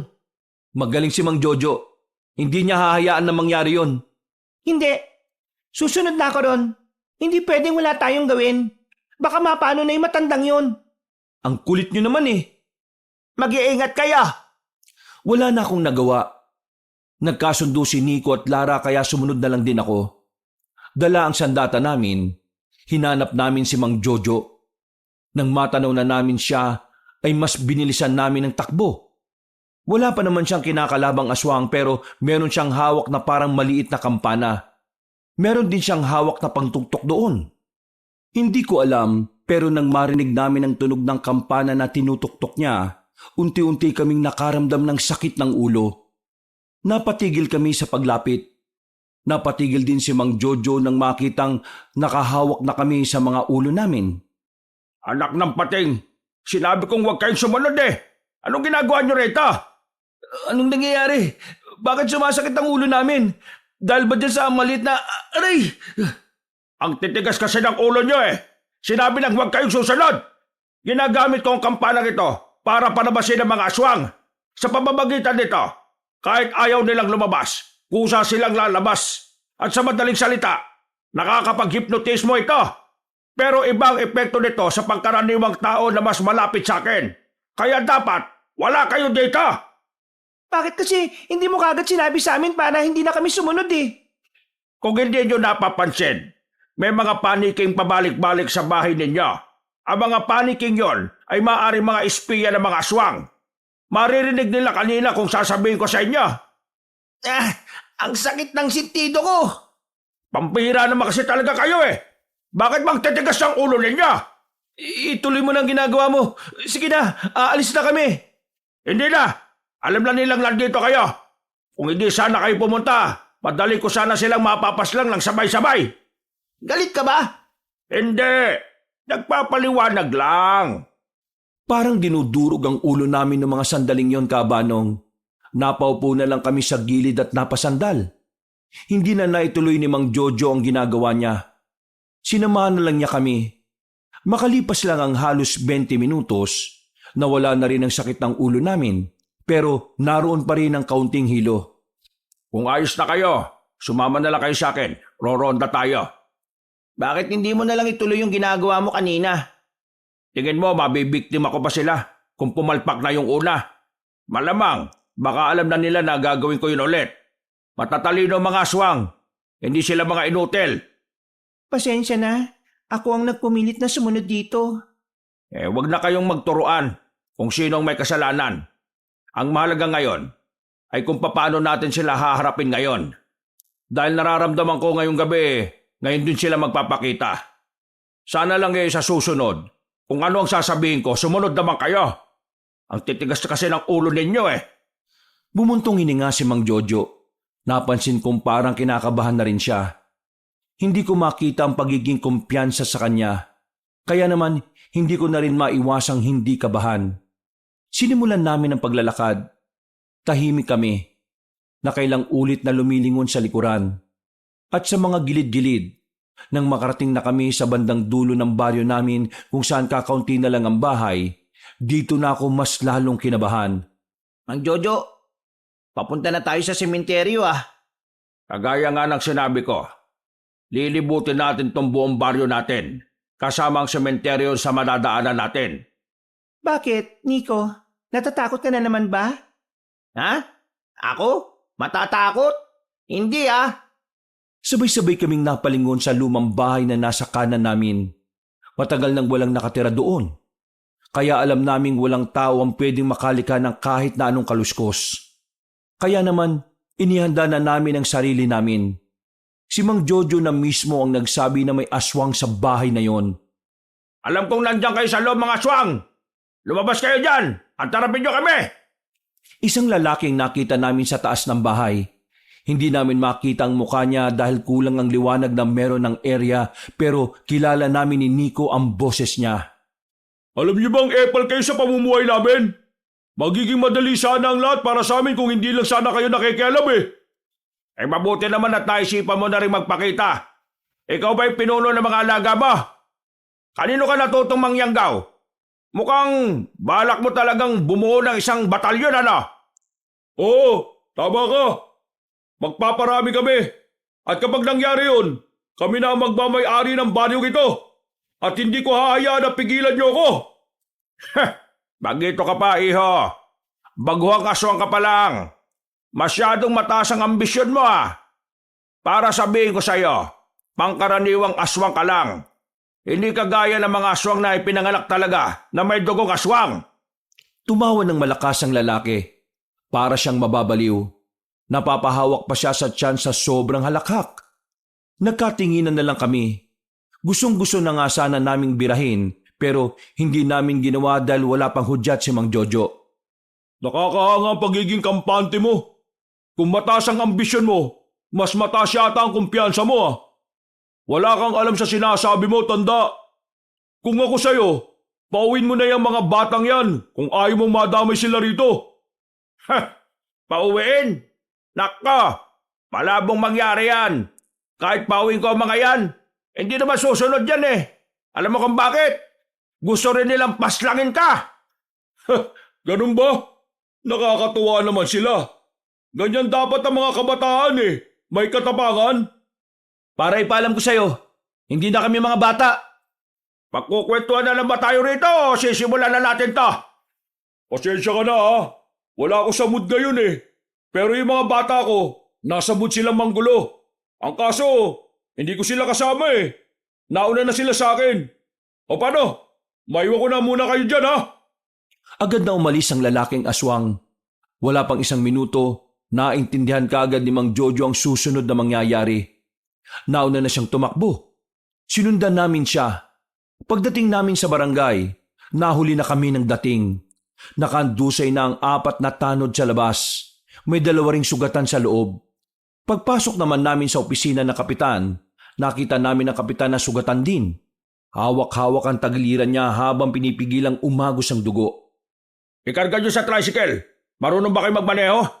Ha? Ako hindi. Hindi rin ako marunong. Ako marunong. Alam kong gustong-gusto mong makasama sa labanan, Iha. Pero unahin mo muna itong kapitan. Kailangan niya makaligtas. Kami nang bahala sa dalawang sugatan. Hindi naman malala ang tama nila eh. Sige na, alis na! Tinulungan namin ang kapitan na makasakay sa tricycle. Hindi na siya nagsasalita ng mga oras na yon. Kaya pinaharurot agad ni Lara ang tricycle. Kami naman, inalalayan namin si Mang Jojo sa panggagamot sa 2 tanod na sugatan. Ayos na kayo. Huwag na lang muna kayong lumabas. Dito lang kayo sa kwarto. Kahit na anong mangyari ha, dito lang kayo. Naintindihan niyo ba? Umiiyak at patungu-tangu pa ang 2 tanod nang malagyan na sila ng paunang lunas. Lumabas kami ng barangay. Sinalansan namin ng maayos ang 4 na bangkay sa tapat at tinakpan ng dahon ng saging. Sa mga pagkakataong ito, kitang-kita sa mukha ni Mang Jojo ang galit. Nanggigigil na rin siya sa mga aswang. Inunahan nila tayo. Mukhang gusto talaga nila akong subukan ah. Tara, sumunod kayo sa akin. Saan? Saan tayo pupunta? Saan pa? Eh di maghahanap ng aswang. Mabilis ang ginawa naming pagronda. Halos kada sulok ng baryo namin ay pinupuntahan na namin. Nakarating na rin kami ng baryo, pero wala na kaming nakitang mga aswang. Dismayado si Mang Jojo. Banas na banas siya na hindi man lang kami nakaganti sa mga nilalang na yon. Hindi na nga kami nakatulog noon para magbantay. Pero hindi na talaga bumalik ang mga aswang. Bandang 6:00 na nang makauwi na si Lara. Ayon sa kanya, nasa maayos na kalagayan na ang kapitan namin. Mabuti na lang daw at hindi naman malalim ang hiwa na natamo nito. Pero iyakan ang maririnig sa barangay namin nung umagang yon. Naroon ang mga kamag-anak ng mga tanod na nasawi dahil sa pag-atake ng mga aswang. Habang kami naman, nagpapalamig sa bakuran namin. Nagkakape habang nakatulala sa gilid. Bakit? Bakit ang barangay ang una nilang gustong lagasin? Bakit hindi tayo? Gusto nilang takutin ang mga tao rito. Pinilay nila ang pamunuan dito nang sa ganun mawala ng pag-asa ang mga tao. Alam ng mga aswang na ang mga tao ay nakadepende lang sa barangay. Alam ng mga aswang na mas pinagkakatiwalaan ng mga tao ang mga nasa barangay kaysa sa atin. Kaya yun ang inuna nila. Para isipin ng mga tao na wala nang tutulong sa kanila. Sa madaling sabi, ginugulo nila ang utak ng mga tao para mas maging magulo rito. Pero hindi natin nahayaan na mangyari yan. Kanina, nagkamali na si Kapitan. Sinabi niya sa akin na tayo munang humawak ng barangay. Tayo na muna magiging haligi ng baryong ito. Ipaparamdam natin sa mga tao na nandito tayo para sa kanila. Huwag nating hayaan na panghinaan sila ng loob. Isa pa, kailangan natin ang tulong nila. Kailangan nilang makiisa sa atin. Matatalino mga kalaban nating aswang. Nagkamali ako na masyado akong naging kampante dahil mga produkto lang sila ng mga yanggaw. Buong akala namin ay makakapagpahinga na kami ng mga sandaling yon. Pero nagulat kami nang biglang may mga dumating na tao na pinangungunahan ni Mang Rolen. May dala-dala pa silang placard. Nakalagay ang pangalan naming dalawa ng pinsan ko at sinasabing kasabwat daw kami ng mga aswang. Ayan mga kasama! Sila ang tunay na kasabwat ng mga aswang! Tingnan nyo naman Umatake ang mga aswang kagabi! Pinatay ang 4 na tanod at nasugatan ng iba pa! Pati si Kapitan nasa ospital! Sila lang ang gagawa doon! At itong mga ito, protektor sila ng mga aswang! Ano ba naman to, Mang Rolen? Huwag ka nang magmaang-maangan pa, Eman! Nabubuking na ang tinatago niyong sekreto! Kasabwat niyo mga aswang! Binalak talaga ninyong patayin ang mga nasa barangay dahil alam niya, malaking bantang barangay sa mga binabalak ninyo! Oy, sige nga. Anong prueba mo? Nakasabwat kami ng mga aswang. Prueba? Meron akong patunay! Sinundan ko kayong kagabi! Nakita ko kayong tumigil sa harapan ng lumang bahay sa dula!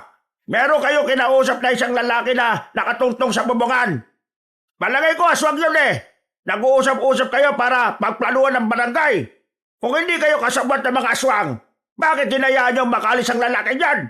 Niya hindi nyo man lang hinabol! Sira ulo ka rin pala talaga Kung ano man ang iniisip mo dahil sa nakita mo, nagkakamali ka. Hindi kami nakikipagsabuatan sa aswang na yun. Kinakausap namin siya at hinahamon na makipaglaban sa amin.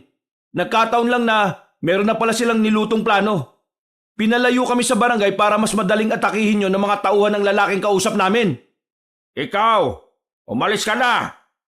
Hindi namin tatanggapin ang mga sinasabi mo. Mga kasama, babayag ba kayo sa ginagawa nila? Nagdadahilan pa sila. Gumagawa sila ng palusot. Pero ang totoong problema, sila. Kasi kung talagang nilalabanan nila ang mga aswang, dapat napatay na nila yon. Kaso hindi eh.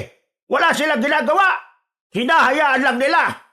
Malabas lang nila yung nakaraan. Kunwari, nakapatay ng isang aswang. Pero ang totoo, planado na nila. Hindi ka ba titigil, ha? Anong gagawin mo sa akin? Papatay ba ka?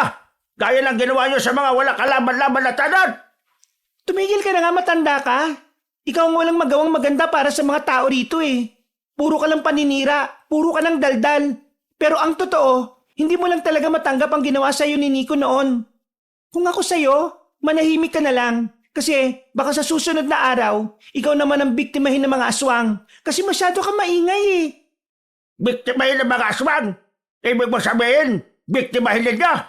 Hindi naman ako natatakot sa inyo eh. Mga aswang lang kayo. Pero Isa pang salita na marinig ko mula sa'yo. Hindi ako magdadalawang isip na laslasin tong leg mo. Natahimik ang lahat nang itutok na ni Mang Jojo ang hawak-hawak nitong katana sa liig ni Mang Rolen. Nanginginig sa takot si Mang Rolen at hindi na talaga ito nagsalita. Maraan itong umatras at saka nagmamadaling umalis. Takot na takot. Tarantado talaga matanda na yun eh, no? mamayang gabi, inaasahan kong babalik ang mga aswang para sa ikalawa nilang pag-atake. Yung matandang yon, malaki siyang sagabal sa pakikipag-ugnayan natin sa mga tao. Eman, Nico, may papatrabaho ako sa inyo. Gusto ko lang malaman kung kakayanin niyo bang gawin. Ano ba yung gagawin namin? Nagkatinginan kami ni Nico sa sinabi ni Mang Jojo. Hindi man lang kami nagdalawang isip na pumayag sa gusto niyang mangyari. Dakong 5:00 ng hapon, wala ng tao sa labas. Nagmamadali kaming lumabas ng bahay ni Nico. Pinuntahan namin si Mang Rolen. Sakto naman na papalabas na siya ng bakuran nila nang dumating kami. Ano ginagawa niyo rito? Kakainin niyo ako? Ikaw, kakainin namin. Kadiri ka, no? Pangit ang lasa mo kasi pangit ka. Pasensya ka na pero kailangan namin tong gawin eh. Makulit ka eh.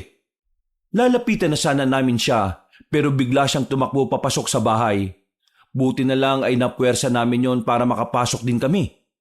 Bago pa siya makahawak ng kahit na anong patalim, siniko ko siya sa batok. Napaupo kagad siya at nakaramdam ng hilo. Sinamantala na namin ang pagkakataon para igapos siya sa haligi ng bahay niya. Walang iya kayo. Anong gagawin niyo sa akin? Kumalma ka nga, tanda. Wala naman kaming gagawing masama sa iyo eh. Kailangan ka lang naming igapos dito para hindi mo na maituloy yung pag-aaklas na gagawin niyo mamayang gabi. Nilalason mo utak ng mga tao eh. Sagabal ka, Mang Rolen. Mas lalo mo lang nilalagay sa panganib ang buhay ng mga kalugar natin. Ano nga ka? Baka kayong naglalagay ng panganib sa buhay namin. Wisit kayo. Pakaulan mo ako rito. Tulungan niyo ako. Mang Rolen, nakakalimutan niyo na yata na nung pinagawa niyo ang bahay niyo, si Mang Topper lang ang malapit niyong kapitbahay. Malayo yung iba para walang makarinig sa inyo. At si Mang Topper ay matalik niyong kaway. Kaya malabong tulungan ka ng taong yun. Kaya kung ako sa'yo, manahimik ka na lang. Tulungan niyo ako. Sisigaw ako ng sisigaw hanggang sa may makarinig sa akin. Subukan mo sumigaw. Babasagin ko to. Hinawakan ni Nico ang flower vase na nasa gilid ng altar. Nang makita yun ni Mang Rolen ay parang naging maamong bigla ang mukha niya. Wag yan. Mamahalin yan. Bigay pa sa akin yan ang asawa ko na nasa ibang bansa. Wag yan. Kaya nga manahimik ka. Kasi kung mag-iingay ka, hindi ako magdadalawang isip na bitiwan to. Hindi sana namin to kailangan gawin eh. Kaso masyado nang nakakapikon yung mga ginagawa mong paninira. Hindi naman paninira yun eh. Sinasabi ko lang kung ano yung paniniwala ko sa inyo. Mali nga yung paniniwala nyo. Kahit na anong paliwanag namin sa'yo, hindi mo naman tinatanggap eh. Hindi kami mga aswang.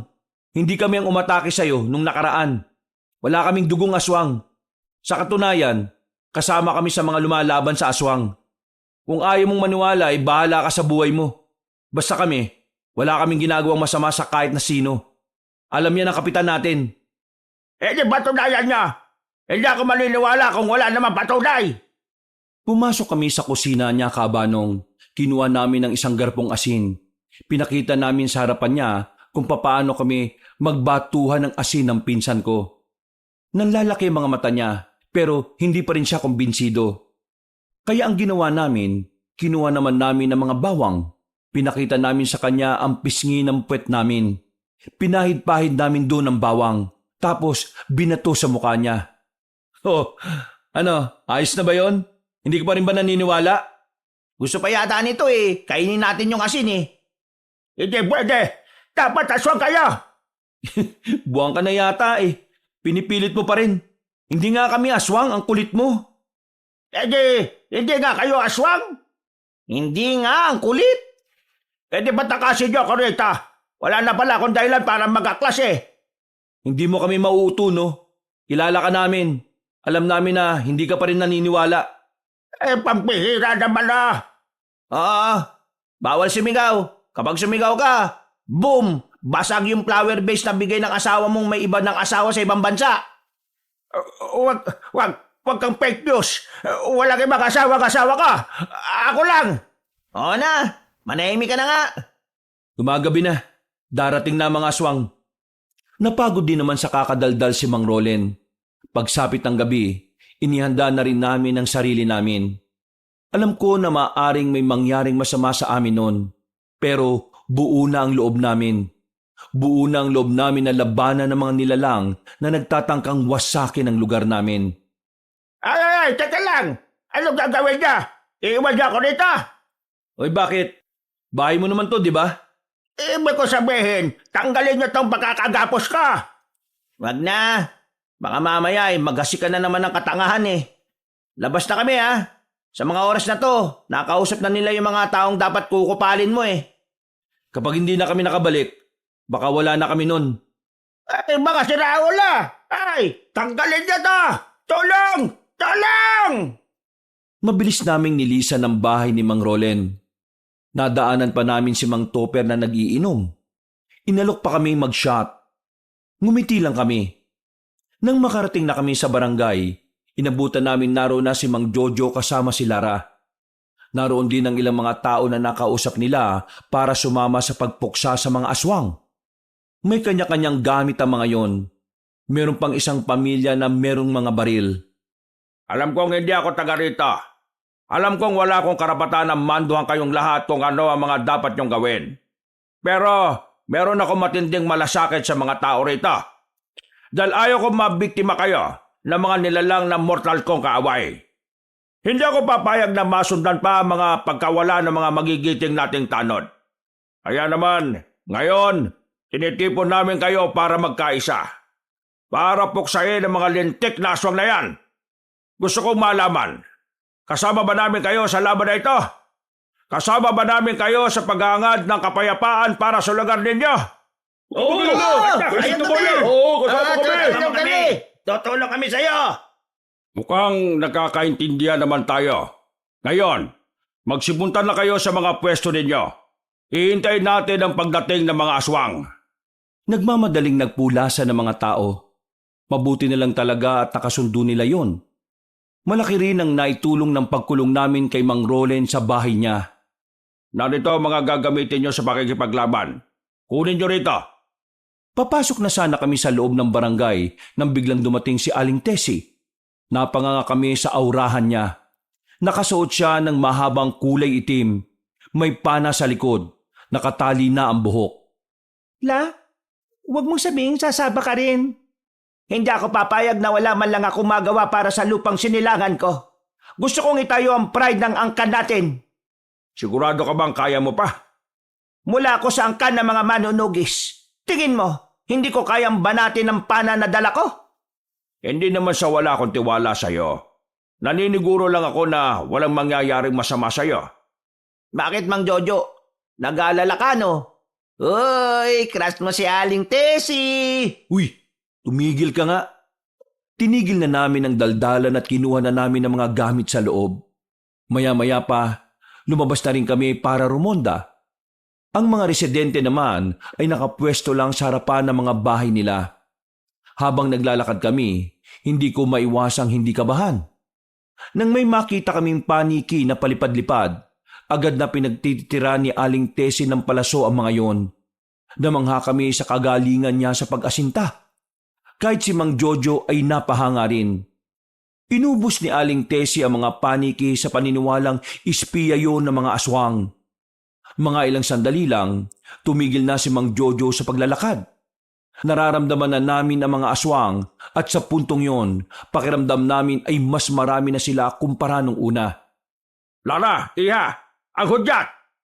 Sinindihan na kagad ni Lara ang kwitis. Ang paglipad noon ay pagbibigay abiso sa mga residente na ang mga kalaban ay nakarating na sa baryo. Hinigpitan ko na ang paghahawak ko sa itak. Hindi nagtagal, naglabasan na ang mga nilalang. Ang dalawang matanda ang nanguna sa amin. Habang nakikipagsabayan si Mang Jojo sa hindi lang 5 aswang. Si Aling Tessie naman ay walang humpay ang pagpapakawala ng mga palaso. Karamihan sa mga binibitiwan niya ay talaga namang tumatama. Si Mang Jojo naman, mabilis at kalkulado ang bawat galaw niya. Para siyang hindi matanda kung kumilos. Kitang-kita ang pagiging veterano niya sa ganoong larangan. Habang kaming tatlo, medyo nahihirapan kami. Sa katunayan, nahagip ng isang aswang ang bandang balakang ko. Buti na lang ay hindi naman sobrang malalim ang kalmot. Insan, ayos ka lang ba?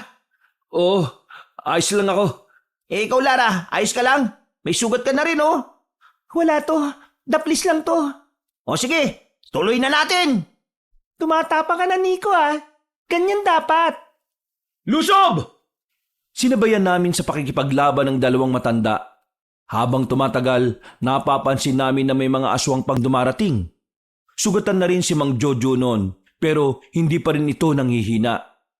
Maubos na mga palaso ko. Pero may mga dumarating pa rin. Diyos ko, Ginoo! Medyo nabuhayan naman kami ng loob nang makitang dumating na ang mga residente. Buong tapang silang lumusob. Nakarinig kami ng magkakasunod na putok ng baril. May ilan na niratrat ang mga aswang. Nang dahil doon, tila na ilang na lumapit ang mga yon. Nagkaroon din kami ng pagkakataon na makapagpahinga kahit na kaunti. Tessie, marami ka pa bang palaso sa bahay ninyo? Oo, marami pa. Kung makakabalik ako at makakakuha, makakasama pa rin ako sa inyo. Kailangan ko ang husay mo sa pagpana. Kumuha ka pa ng palaso. Bilis! Sasama na kita, La. Dito ka lang, iha. Ikaw ang mangunguna sa mga kalugar mo. Ikaw ang susundan nila. Eman at Nico, kayo na ang sumama kay Tessie. Bilis! Okay, sige po. Sinamantala namin ang pansamantalang pag-atras sa mga aswang. Sinamahan namin si Aling Tessie. Sa totoo lang kabanong, medyo nangangamba ko habang naglalakad kaming tatlo noon. Iba ang pakiramdam kapag hindi namin kasama si Mang Jojo. Anak nang, ito na nga ba sinasabi ko eh. Ibigay niyo sa akin ang itak. Ako lalaban. Hindi. Ang misyon namin, makakuha ka ng palaso. Poprotektahan ka at ibalik ng ligtas sa labanan. Kaming bala sa aswang na ito. Dalawa lang naman to, Nico eh. Tig-isa tayo. Pwede bang iyon na yung dalawa tapos una na kami? Duwag ka ba? Pinuri ka pa naman ni Lara kanina tapos ganyan ka na naman. Oy, sige na nga. Alag-palag na yan. Pinatabi na lang namin si Aling Tessie. Huminga ako ng malalim para alisin ang kaba na pilit pinaghaharian ng kalooban ko. Maya-maya pa, umatake na rin ang dalawang aswang. Nakailag naman kami. Ginawa namin ang galaw na tinuro sa amin ni Mang Jojo. Sa pangalawang pag-atake ng mga yon, nagawa na namin silang patamaan. Parang tumaas ang moral namin dahil doon. Sa isip-isip ko noon, ganito pala ang pakiramdam kapag alam mong kakayanin mong tapatan ang isang mabangis na kalaban. Insan, ayos to ah. Parang ang saya pala. Insan, kaya natin to. Alam kong kakayanin natin to. Kayang-kaya talaga natin to. Sa mga sumunod na senaryo, kami na ang lumapit sa dalawang aswang. Sabay naming hinagupit ng itak ang mga yon. Sinubukan nilang umilag pero nakagawa kami ulit ng kasunod na atake. At sa pagkakataong yon ay tinamaan na sila sa liig. Sinasaksak pa namin sila ng itak para siguraduhin hindi na sila mabubuhay. Ayos! Nagawa natin! Ganito pala pakiramdam kapag hindi naduduwag, no? Ang gaan sa pakiramdam. Ang galing ng ginawa nyo. Proud ako sa inyo, mga iho. Oh, narinig mo yan, Insan? Proud sa atin si Aling Tessie. Masaya kaming nagpatuloy sa paglalakad. Hindi nagtagal, narating na rin namin ang bahay nila. Agad na kinuha ni Aling Tessie ang mga natitirang palaso sa mahabang baul. Kinuha na rin namin doon lahat ng pwedeng ipanglaban sa mga aswang. Pabalik na sana kami sa labanan pero ang hindi namin alam, meron na palang nag-aabang sa bakuran nila. Nakatayo roon ng lalaking pinuno ng mga aswang. Nakangiti pa siya sa amin. Masaya siguro siya noon dahil kami lang ang inabutan niya. Buti naman at naabutan kita, Teresita. Ang kahuli-huli ang natitira sa lumang henerasyon ng mga salbasyon. Bago ang aswang ka lang. Produkto ko lang ng Yanggaw. Paano mo nalaman ang mga bagay na yon? Sa iyo bang palagay malalaman ko mga bagay na yun kung baguhan lang ako na aswang? Sa tingin mo ba, magkakandara pa ba akong unahin ka kaysa dun sa matandang lalaki na akala mo kung sino? Teresita, ikaw at ang apo mo na lang ang banta sa lahi namin. Dahil ang iba mong kamag-anak, mga duwag. Sinasabi mo bang hindi ka baguhang aswang? Sino ka ba talaga? Naitanong mo na rin naman, magpapakilala na lang din ako. Para bago ka mamatay, madala mo sa langit ang pangalan ko. Ako si Paeng, ang bunsong anak ng dating pinuno ng aswang na pinaslang ng mga kamag-anak mo. Ako lang ang natira sa amin. Mabuti na lang, may isang pamilya ng aswang sa kabilang probinsya ang umampun sa akin. Inalagaan ako at naging malakas. Ngayon, nandito ako para ituloy ang nasimulan ng mga kalahi ko. Yun ay ang burahin ng mga taong hadlang sa mga layunin namin. At swerte mo, ikaw ang una kong aasikasuhin.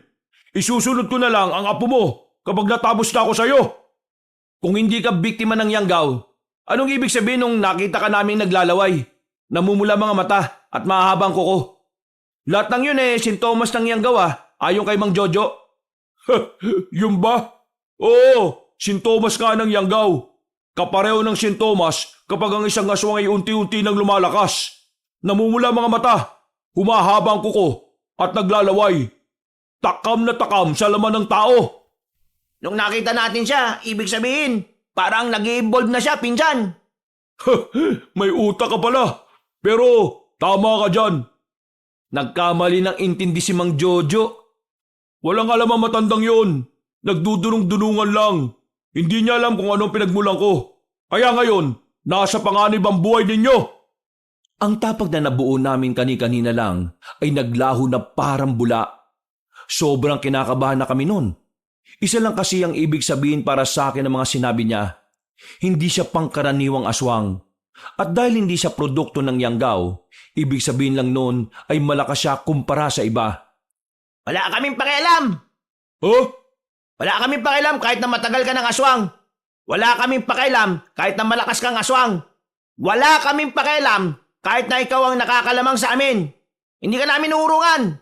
Dahil ang misyon namin, ibalik si Aling Tessie sa labanan ng buo. Para akong nabuhayan sa mga sinabi ni Nico.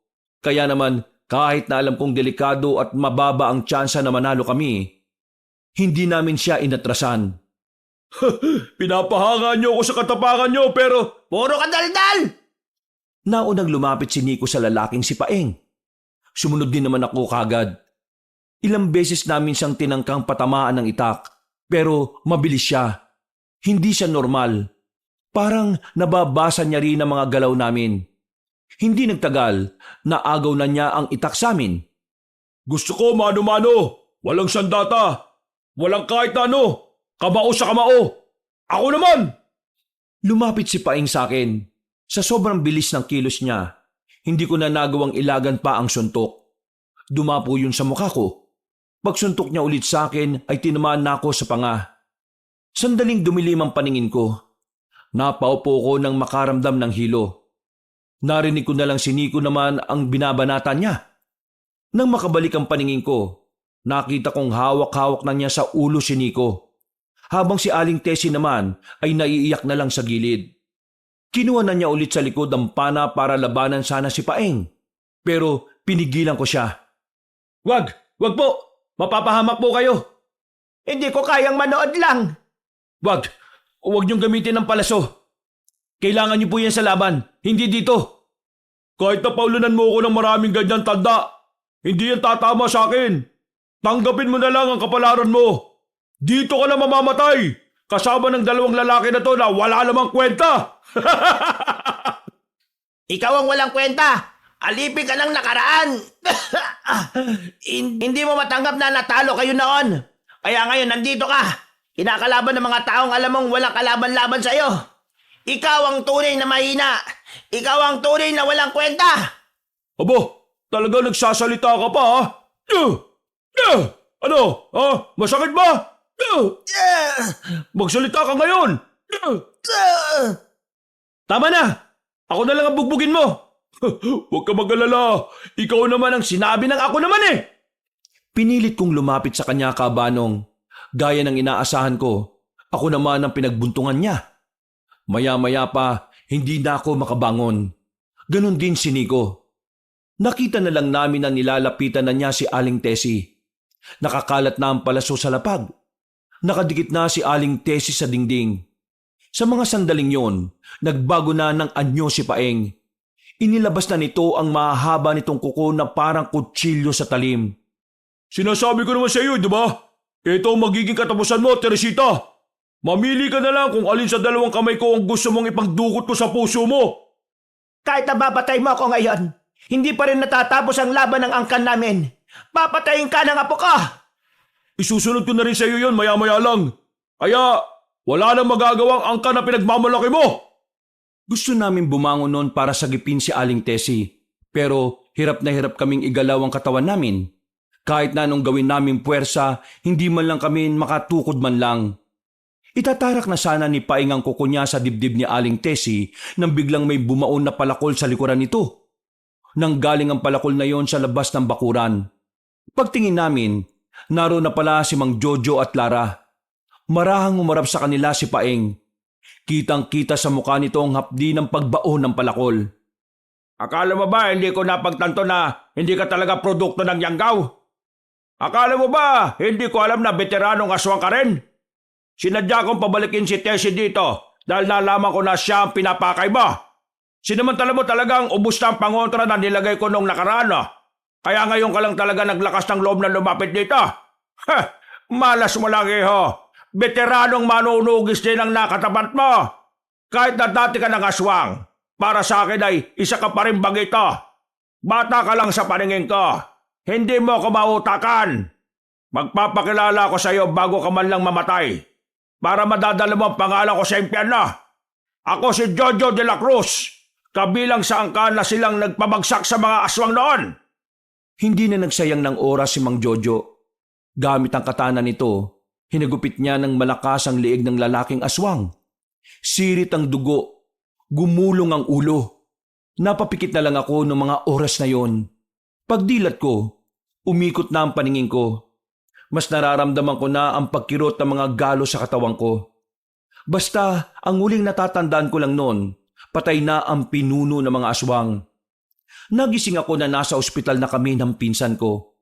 Sa gilid ay naroon si Mang Jojo pati na rin ang maglola. Ayon sa kanila, 2 araw kaming walang malay. Buti na lang daw walang kritikal na nangyari sa amin. Sadyang mahina lang ang katawan namin para sa matinding bugbog. Tapos na. Naipanalo na natin ang lahat. Sa katunayan, nagdiriwang na mga kalugar ninyo. Magaling. Magaling ang ginawa ninyo. Bayani kayo. Ginawa niyo ang makakaya niyo para protektahan si Tessie. At gusto kong humingi ng pasensya dahil para kayo ang naging pain. Alam niya na mangyayari yon, pero dahil kilala niya kayo, tiwala siyang hindi kayo basta susuko. Malaki ang pasasalamat ko sa inyong 2. Una pa lang, alam kong matatag kayo. Kung nasaan man ngayon ang inyong lola, alam kong sobrang proud niya sa inyo. Maraming salamat din po sa tiwala, Mang Jojo. Ayos lang naman yung ginawa ninyo. Ang mahalaga, nagawa naming maging matapang. Yun yung bagay na wala kami noon pa eh.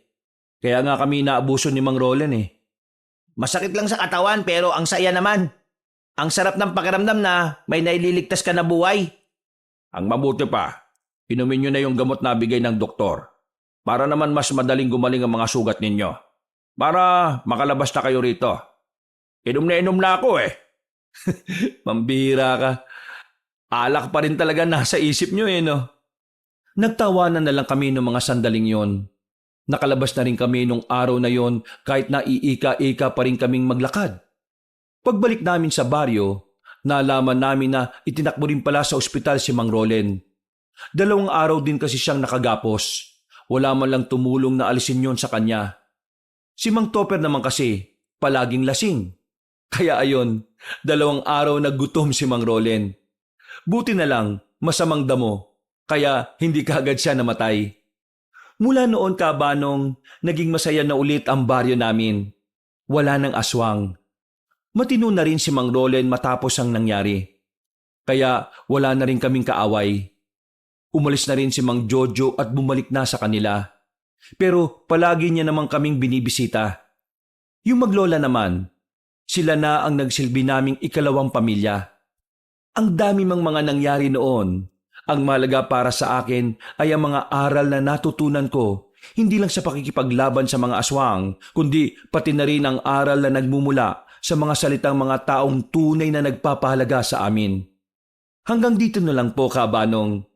Marami pong salamat at mabuhay po tayong lahat, mga kabangers at mga kayanggaw. Hello po sa lahat! Kabanong po uli. Bago po tayo magwakas, gusto ko po sana magpasalamat sa lahat ng mga sumubaybay ngayong araw na ito dito sa kwento natin. Sana po ay nagustuhan po ninyo. At kung medyo nabitin po kayo sa kwento natin ngayong araw, iniimbitahan ko po kayo na pumunta pa sa ibang channel natin, yung Pamela Clamil. Konti pa lang pong subscriber doon kaya sana ay mag-subscribe po kayo at pindutin nyo rin po yung notification bell para lagi po kayo nanonotify pag may mga bago po mga videos. At mag-comment din po kayo at mag-like para malaking tulong po sa channel natin. At kung medyo bitin pa rin po kayo, abay iniimbitahan ko po kayo sa bagong channel po natin, yung Kabanong version 2.0, kung saan meron na pong moving images doon kaya may mapapanood na rin po kayo. At the same time, meron pa rin po kayo mapapakinggan na narration with music and effects. Kaya maganda dito, meron kayong pinakikinggan, meron na rin po kayong pinanunood. Hindi kaya pwede niyong parehong gawin. O di ba ang ganda? Kaya sana po ay huwag niyo rin po kakalimutan na mag-subscribe doon para makasama po kayo sa first 100,000 subscriber ng channel na yun. At para hindi po kayo mahirapang hanapin yung mga channel, ilalagay po namin sa pin comment or sa description yung mga link na mga channel natin na yon. Hanggang sa susunod na kwento, wakas!